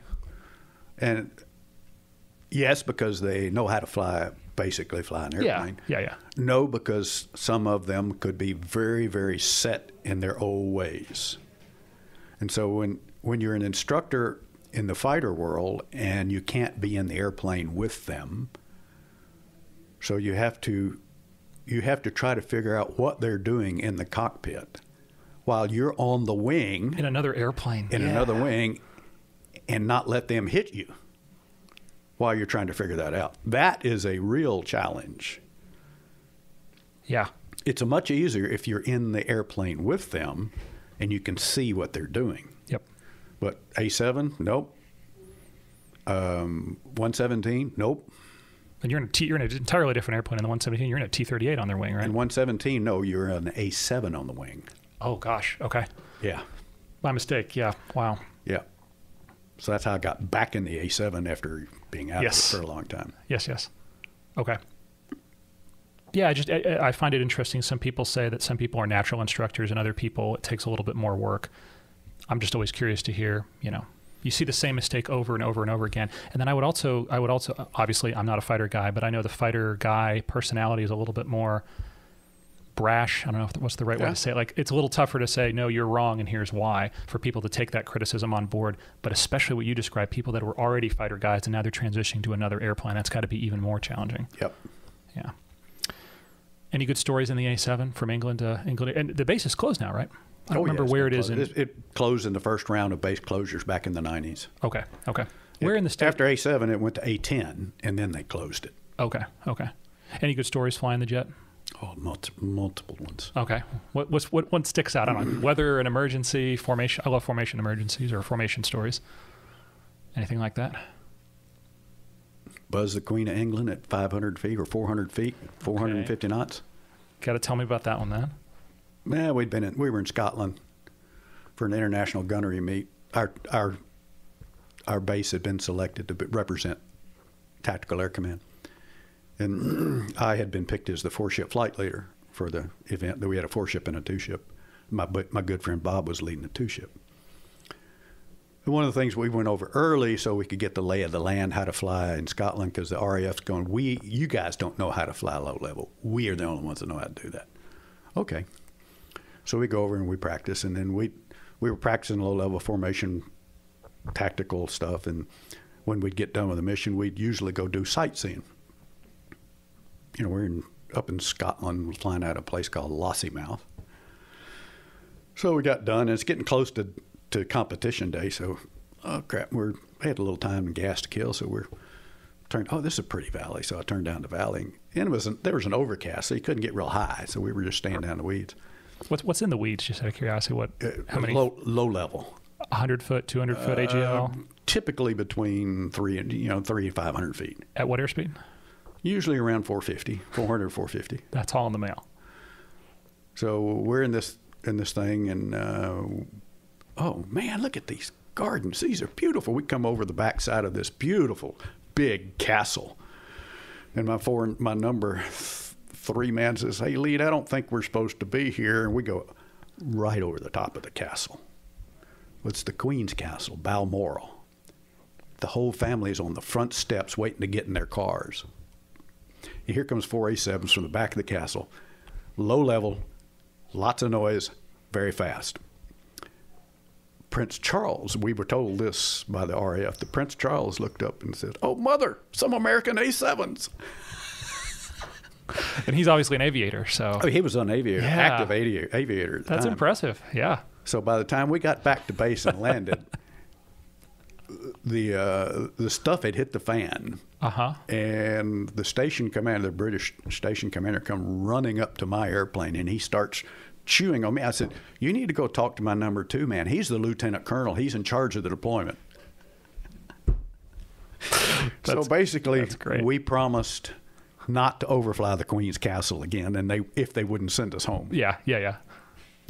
Wow. And I have heard that the Brits, even in the Tornado, 91, that's their thing. They like that very, very, very low until employment. They got their butt shot off. And that's the reason I mentioned that. Yeah. As a helicopter guy watching all this stuff going on in Ukraine, you can't go low enough. No. There's manpads down there. There's AAA down there. There's a threat at every altitude. I mean, that's the same thing we saw in North Vietnam that forced us up high was all the guns.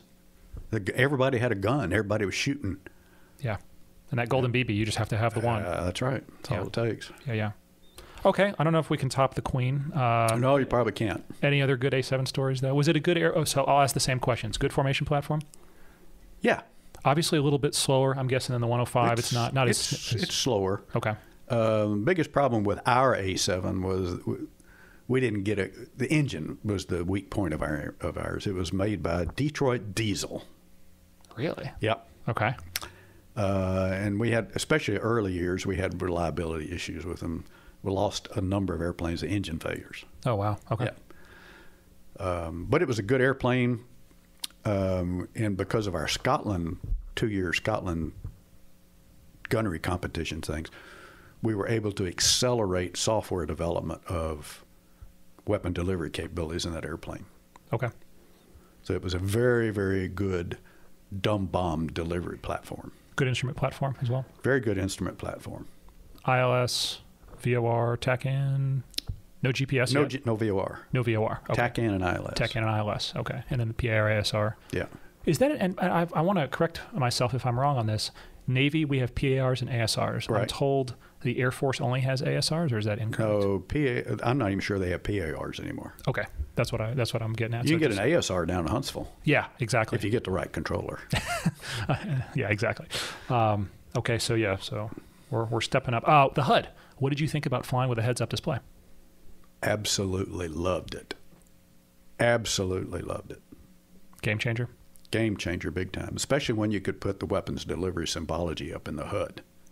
Okay. Okay, you had, I mean, if I look now at a lot of our electronic flight displays in GA aircraft, a lot of what you see in that electronic flight display with the vertical tapes, right?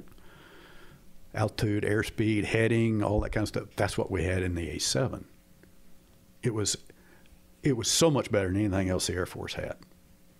That's great. That's the beginning of it. Right. Yeah. Yeah. And I think it's something that we take for granted. Kids my age, take for granted is all those things. That's not always been the case. It's not always been. Far greater aviators than I learned on steam gauges. And yep. Yeah. But but I'm also not flying something near as fast as a 105 or an A7 or a 117 or an F-16, which I think is the next airplane for you, correct? Right. So I know I'm probably skipping big chunks here, so if I skip something big, please let me know. But leaving the A7, that's when you went to the multinational operational test and evaluation team at, is it Hill Air Force Base? Correct. What'd you think of Utah as a Tennessee boy? I love the mountains. Okay. I loved being able to go up in the mountains, and the streams and whatnot. I could never get my family interested in fishing or doing much camping. We did a little bit of camping, but we learned to snow ski, all of us did. Nice. Because you could be on the slopes in 45 minutes from the house. Wow. Yeah. Yeah. That's close. So we loved being able to go snow skiing. The problem that Deshay would tell you is that I spent a lot of time TDY. Okay. A lot of that time was down at Nellis while we were doing evaluation of the F-16 down there. And this is the F-16 A model? A model. Right. Very, very beginnings of an awesome jet that I think will continue to fly for many, many years. And it's new. I think the Bahrainis were buying the Block 50. No, they're buying something like a Block 60 or 70. It might be even, it's just incredible. I'm told it's nothing like the A model, but I don't know what the A model's like, and that's what I'm hoping you'll tell me. Well,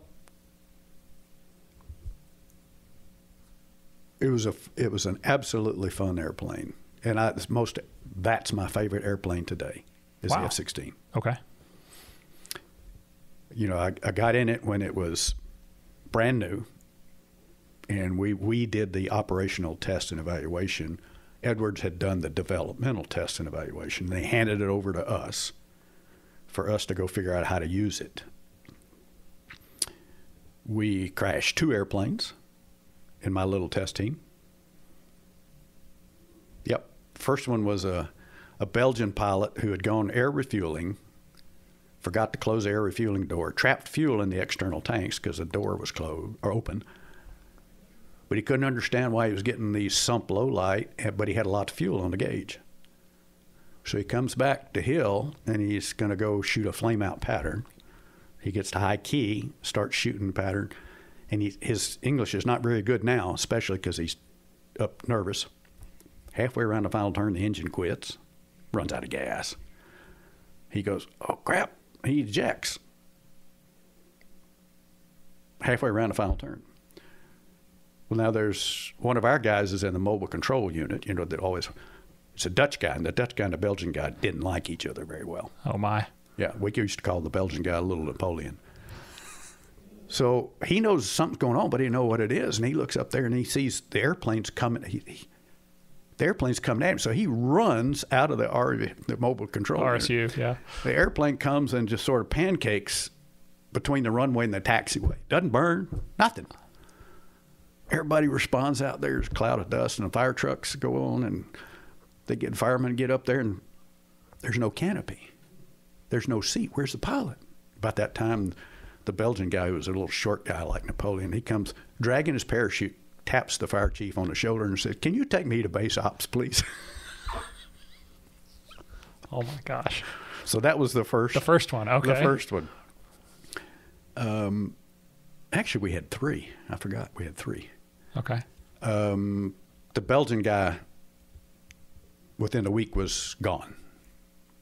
Gosh. And yeah. we had another Belgian pilot to take his place. Back to Belgium. Yeah. Yeah. The one that got where I probably got sucked me into so much deeper into the F-16 was we had another guy on our team. We were doing one of our first test missions, operational test missions, down in Las Vegas in a red flag. And Paul Rossetti was the pilot, and he was doing a wing rock knock it off, of an attacker. The airplane departed. And it was at low altitude. And Paul jumps out. And because he had done jump training at the academy, he was able to steer his parachute and not hit the fireball. That's how close he was to it. That's how low he was when he went out. Gosh. Okay. Yeah. So I got tagged to be the pilot investigator on the investigation team. Now, this is not a pilot-caused accident. There's something wrong here. Airplane should not have departed. So, yeah. Yeah. So we go down and, we do the whole thing. And that's where we discovered that the weapons carriage certifications that Edwards had certified the airplane for, they didn't fully test the envelopes. Oh, really? Okay. So what it had done was, given the moment of the airplane with the stores configuration that he had and the airspeed he had at the time, ran out of tail authority, and the airplane departed. Yeah. Gosh. So there's nothing he could have done. Nothing he could have done. Especially low altitude. It's a low altitude. Yeah, yeah. And that's when we found out that those particular parameters had never been tested at Edwards. Edwards, we used to call them leave it to the lieutenants to find out the rest of it. So we carried that investigation all the way up through Air Force channels, and that resulted in going to what we call the big tail block 1 or block. Yeah. Where the bigger tail came out. Absolutely. Right. More aero surface back there. Yes. And also at the same time, I was tasked with putting together an air-to-surface stores configuration test. And then once we got that test run, take that all the way up through the Air Force channels to include the Chief of Staff, because there was a lot of discussion going on about whether to kill the F-16 buy. Because right then they were talking about 700 possible airplanes to buy. So we do the test, and General Dynamics loaned me a couple of their engineers. And I had a flight test engineer, and we took a B model so that we could run these tests. And I had somebody that could do data capture and reduction in the back seat. Structured tests, ran through it all. And we came out with some very specific recommendations that if we do this to the airplane, it'll be a fine airplane for the Air Force. So I had to take that. The first step was the center commander in Las Vegas, the 2-star. And he said, "Are you really going to take that forward?" "Yes, sir, I am." "So you're not being very kind to General Dynamics and to Edwards." "Yes, sir." He said, "Okay, on your way to TAC, you stop in Fort Worth and you brief head of General Dynamics and his senior staff." And I did. And basically I said, Fort Worth, General Dynamics, I don't remember who the guy was at the time. I said, if you want to keep selling F-16s, you're going to have to do this, because this is what I'm going to tell the 4-stars. I'm a young major. There was a lot of in the room, and basically said, okay, thank you. So I did, and I carried it up through TAC, and then I went to the Pentagon to the chief. The chief was Lou Allen at the time. Boy, talk about a guy who didn't know anything about fighters. So just to be clear, the Chief of Staff of the U.S. Air Force. Chief of Staff of the U.S. Air Force, right. And you are a major. I'm a major. I imagine there's not a lot of majors that brief the Chief of Staff of the Air Force. No. Yeah. I had a CNI colonel with me, but he didn't talk. CNI colonel, I like that. Yeah. So the end result was the Air Force said, let's go do that. If, is General Dynamics on board? So, sir, I can't answer that, but So the end result was, yes, that's where the Block 30s came, because there were some airframe changes in addition to engine changes. Okay. Because they had the 2-engine war Pratt going on GE. back then. Yep. So that gained me a lot of notoriety and some hate mail, because the F-15 world was trying to kill the F-16 at the time. Okay. Now, a lot of people don't remember that, because they perceived that as a threat to their air superiority capability in the F-15. Never. It was a perfectly capable air-to-air fighter, but never had the radar power nor the stores quantity carrying capability that the F-15 did. Just didn't have it. Yeah. But you talk about put them together, pair them together, and that's what we did a lot of testing. Tried to make a recommendation to the Air Force, base them together. Huh. I would have never thought about that. Yeah. Oh, it's the complements of each. It's a dynamic duo. If you put a F-15 and an F-16 Stinger, we used to call them a Stinger. Huh. I like that. Yeah, for the close-in fight. Yep. So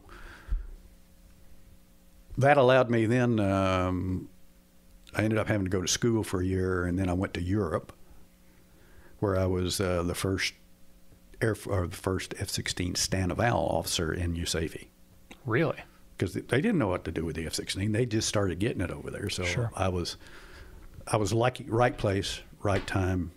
Absolutely. Got to do a lot. What is that like, being the first guy setting? I mean, I say, what is that like? Obviously, you've been an instructor before, you've been an evaluator before, but now in an entirely new airframe. Is there a lot of trust that people put, yeah, he's the man, we're going to do what he says, or is there pushback from those guys that are, again, transitioning from other fighters into the F-16? It's a broad question, I know. But it depends on which guy you ask. If you ask the wing commander at Torrejon, that I really had a not very nice debrief with him after we had a 2-ship flight one day, and he was not very complimentary of this major. I guess maybe I was a lieutenant colonel by then, telling him he doesn't fly a very good airplane, and he had his head up his ass. Maybe he needed to hear that. He did. Yeah. But yes, most people, because I had been in Europe with the test team. See, we deployed to Europe and took the airplanes. Each of the 4 countries, Norway, Belgium, Holland, and Denmark. Yep. We spent 6 months in each of their countries during the test team. Wow. Oh, yeah. What was it like to operate with the Allies? I mean, that had to have been an incredibly fun, I would think an incredibly fun experience, but I'm sure challenging too. Well, it was challenging because they had almost none of the rules we have in the States. At the time, they didn't. Okay. So we were able to do things over there that we couldn't do in the America. U.S. Okay. Yeah. Could you give an example of that? Low-level flying. Okay. Like over the entire country itself? Pretty much. Oh, my gosh. Yeah. Whereas, in the U.S., there was only certain areas you could fly low. Well, heck, when we were over there testing, those air forces gave us carte blanche, basically. Yeah. So we were able to do quite a bit over there. Sure. In their environment with them as part of the team. Makes sense. Which was good. So lots of fun days in the F-16. Here's an interesting one for you, tidbit. A-7, F-16, F-117, multiple times in all 3. Yep. Never more than a 5-ride checkout. And the 5th ride was your check ride. Yeah. Jeez. Yeah.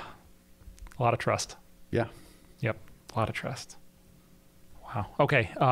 We're talking about jointness and, you know, other services in other countries. Next that I see on here, you talked about that year. That was 81, 82, the Army Command and Staff, General Staff College. Yep. Fort Leavenworth. I know there's a prison there, and I know there's a staff college there. What else is there at Fort Leavenworth? That about it? There's a federal and a state prison, both there. Okay. And there's some buffalo on the grounds of the federal prison. Really? Yeah. Like actual buffalo? Actual buffalo. Oh, man. Was that an interesting year? Was it a valuable, seeing how the Army does things? And It was valuable from that perspective because the class, you know, my contemporaries were almost all Vietnam veterans. Okay. So there was a lot of their experience on the ground in Vietnam, and a lot of them, you know, had been seriously wounded, et cetera. Really? But what I found, and this was the hard part, was what I found in the academic regimen was there's too much rote memorization of bullshit numbers. Absolutely. And regurgitate them on a test. Yep. It was, and I don't know if they've changed much, but I understand why they do that. Because when you take in, you know, high school people recently out of high school or high school dropouts, you can't treat them the same way we take college graduates. Sure. So they teach that throughout their, you know, their junior officer and mid-level officer courses. So a lot of focus on memorization. Yeah.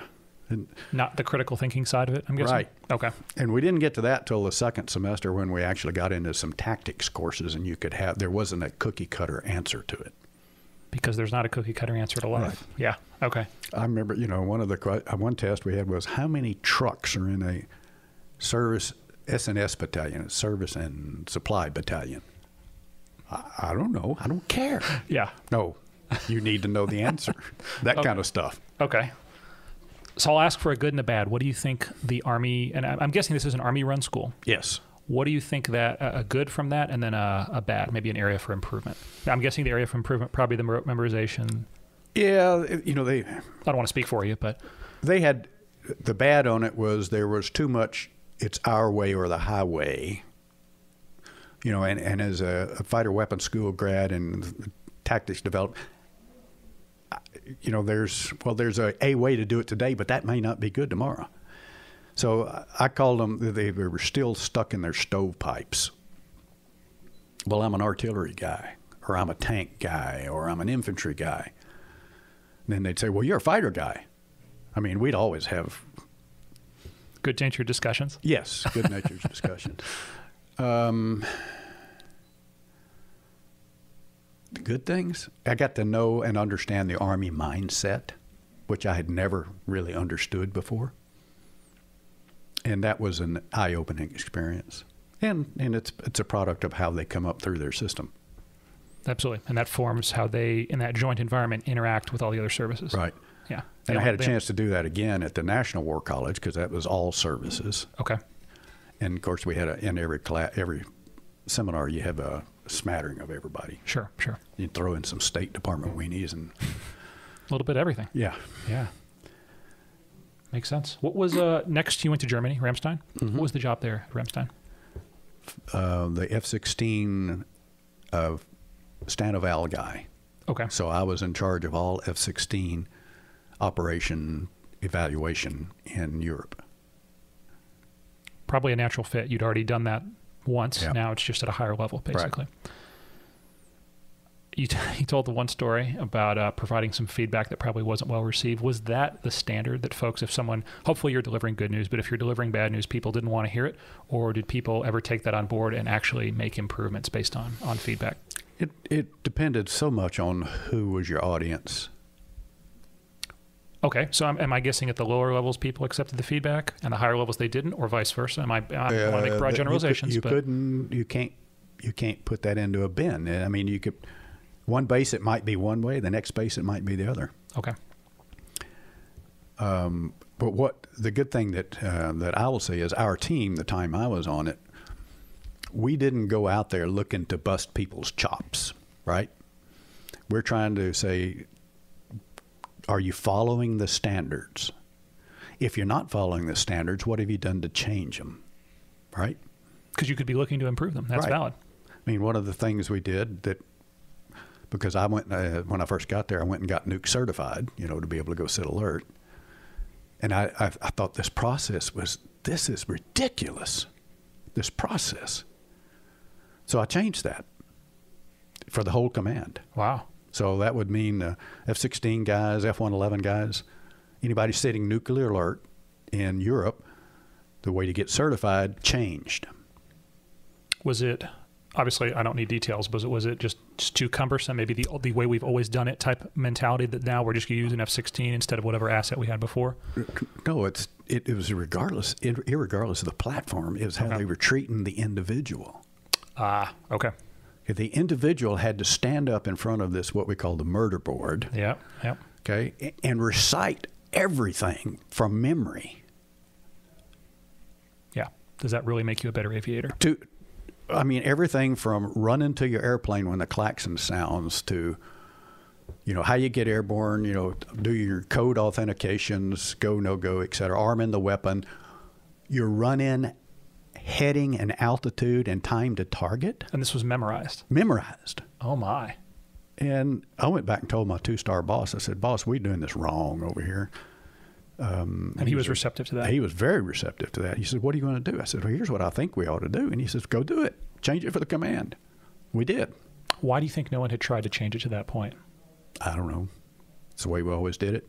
And if I stand up, somebody's going to chop my head off. Well, see, I was a new guy. I could get away with that stuff. Yeah. That's a very, very powerful point. Sometimes it takes someone that doesn't have that, I'm not worried about that career implication or whatever. Yep. This needs to be changed. It doesn't make sense. Right. But it's not easy to do. I'm making that sound very trite. I ran into that multiple times in my career, and a lot of people over time are there. Well, no, I'm afraid because they've already told me, Yeah. sit down and shut up.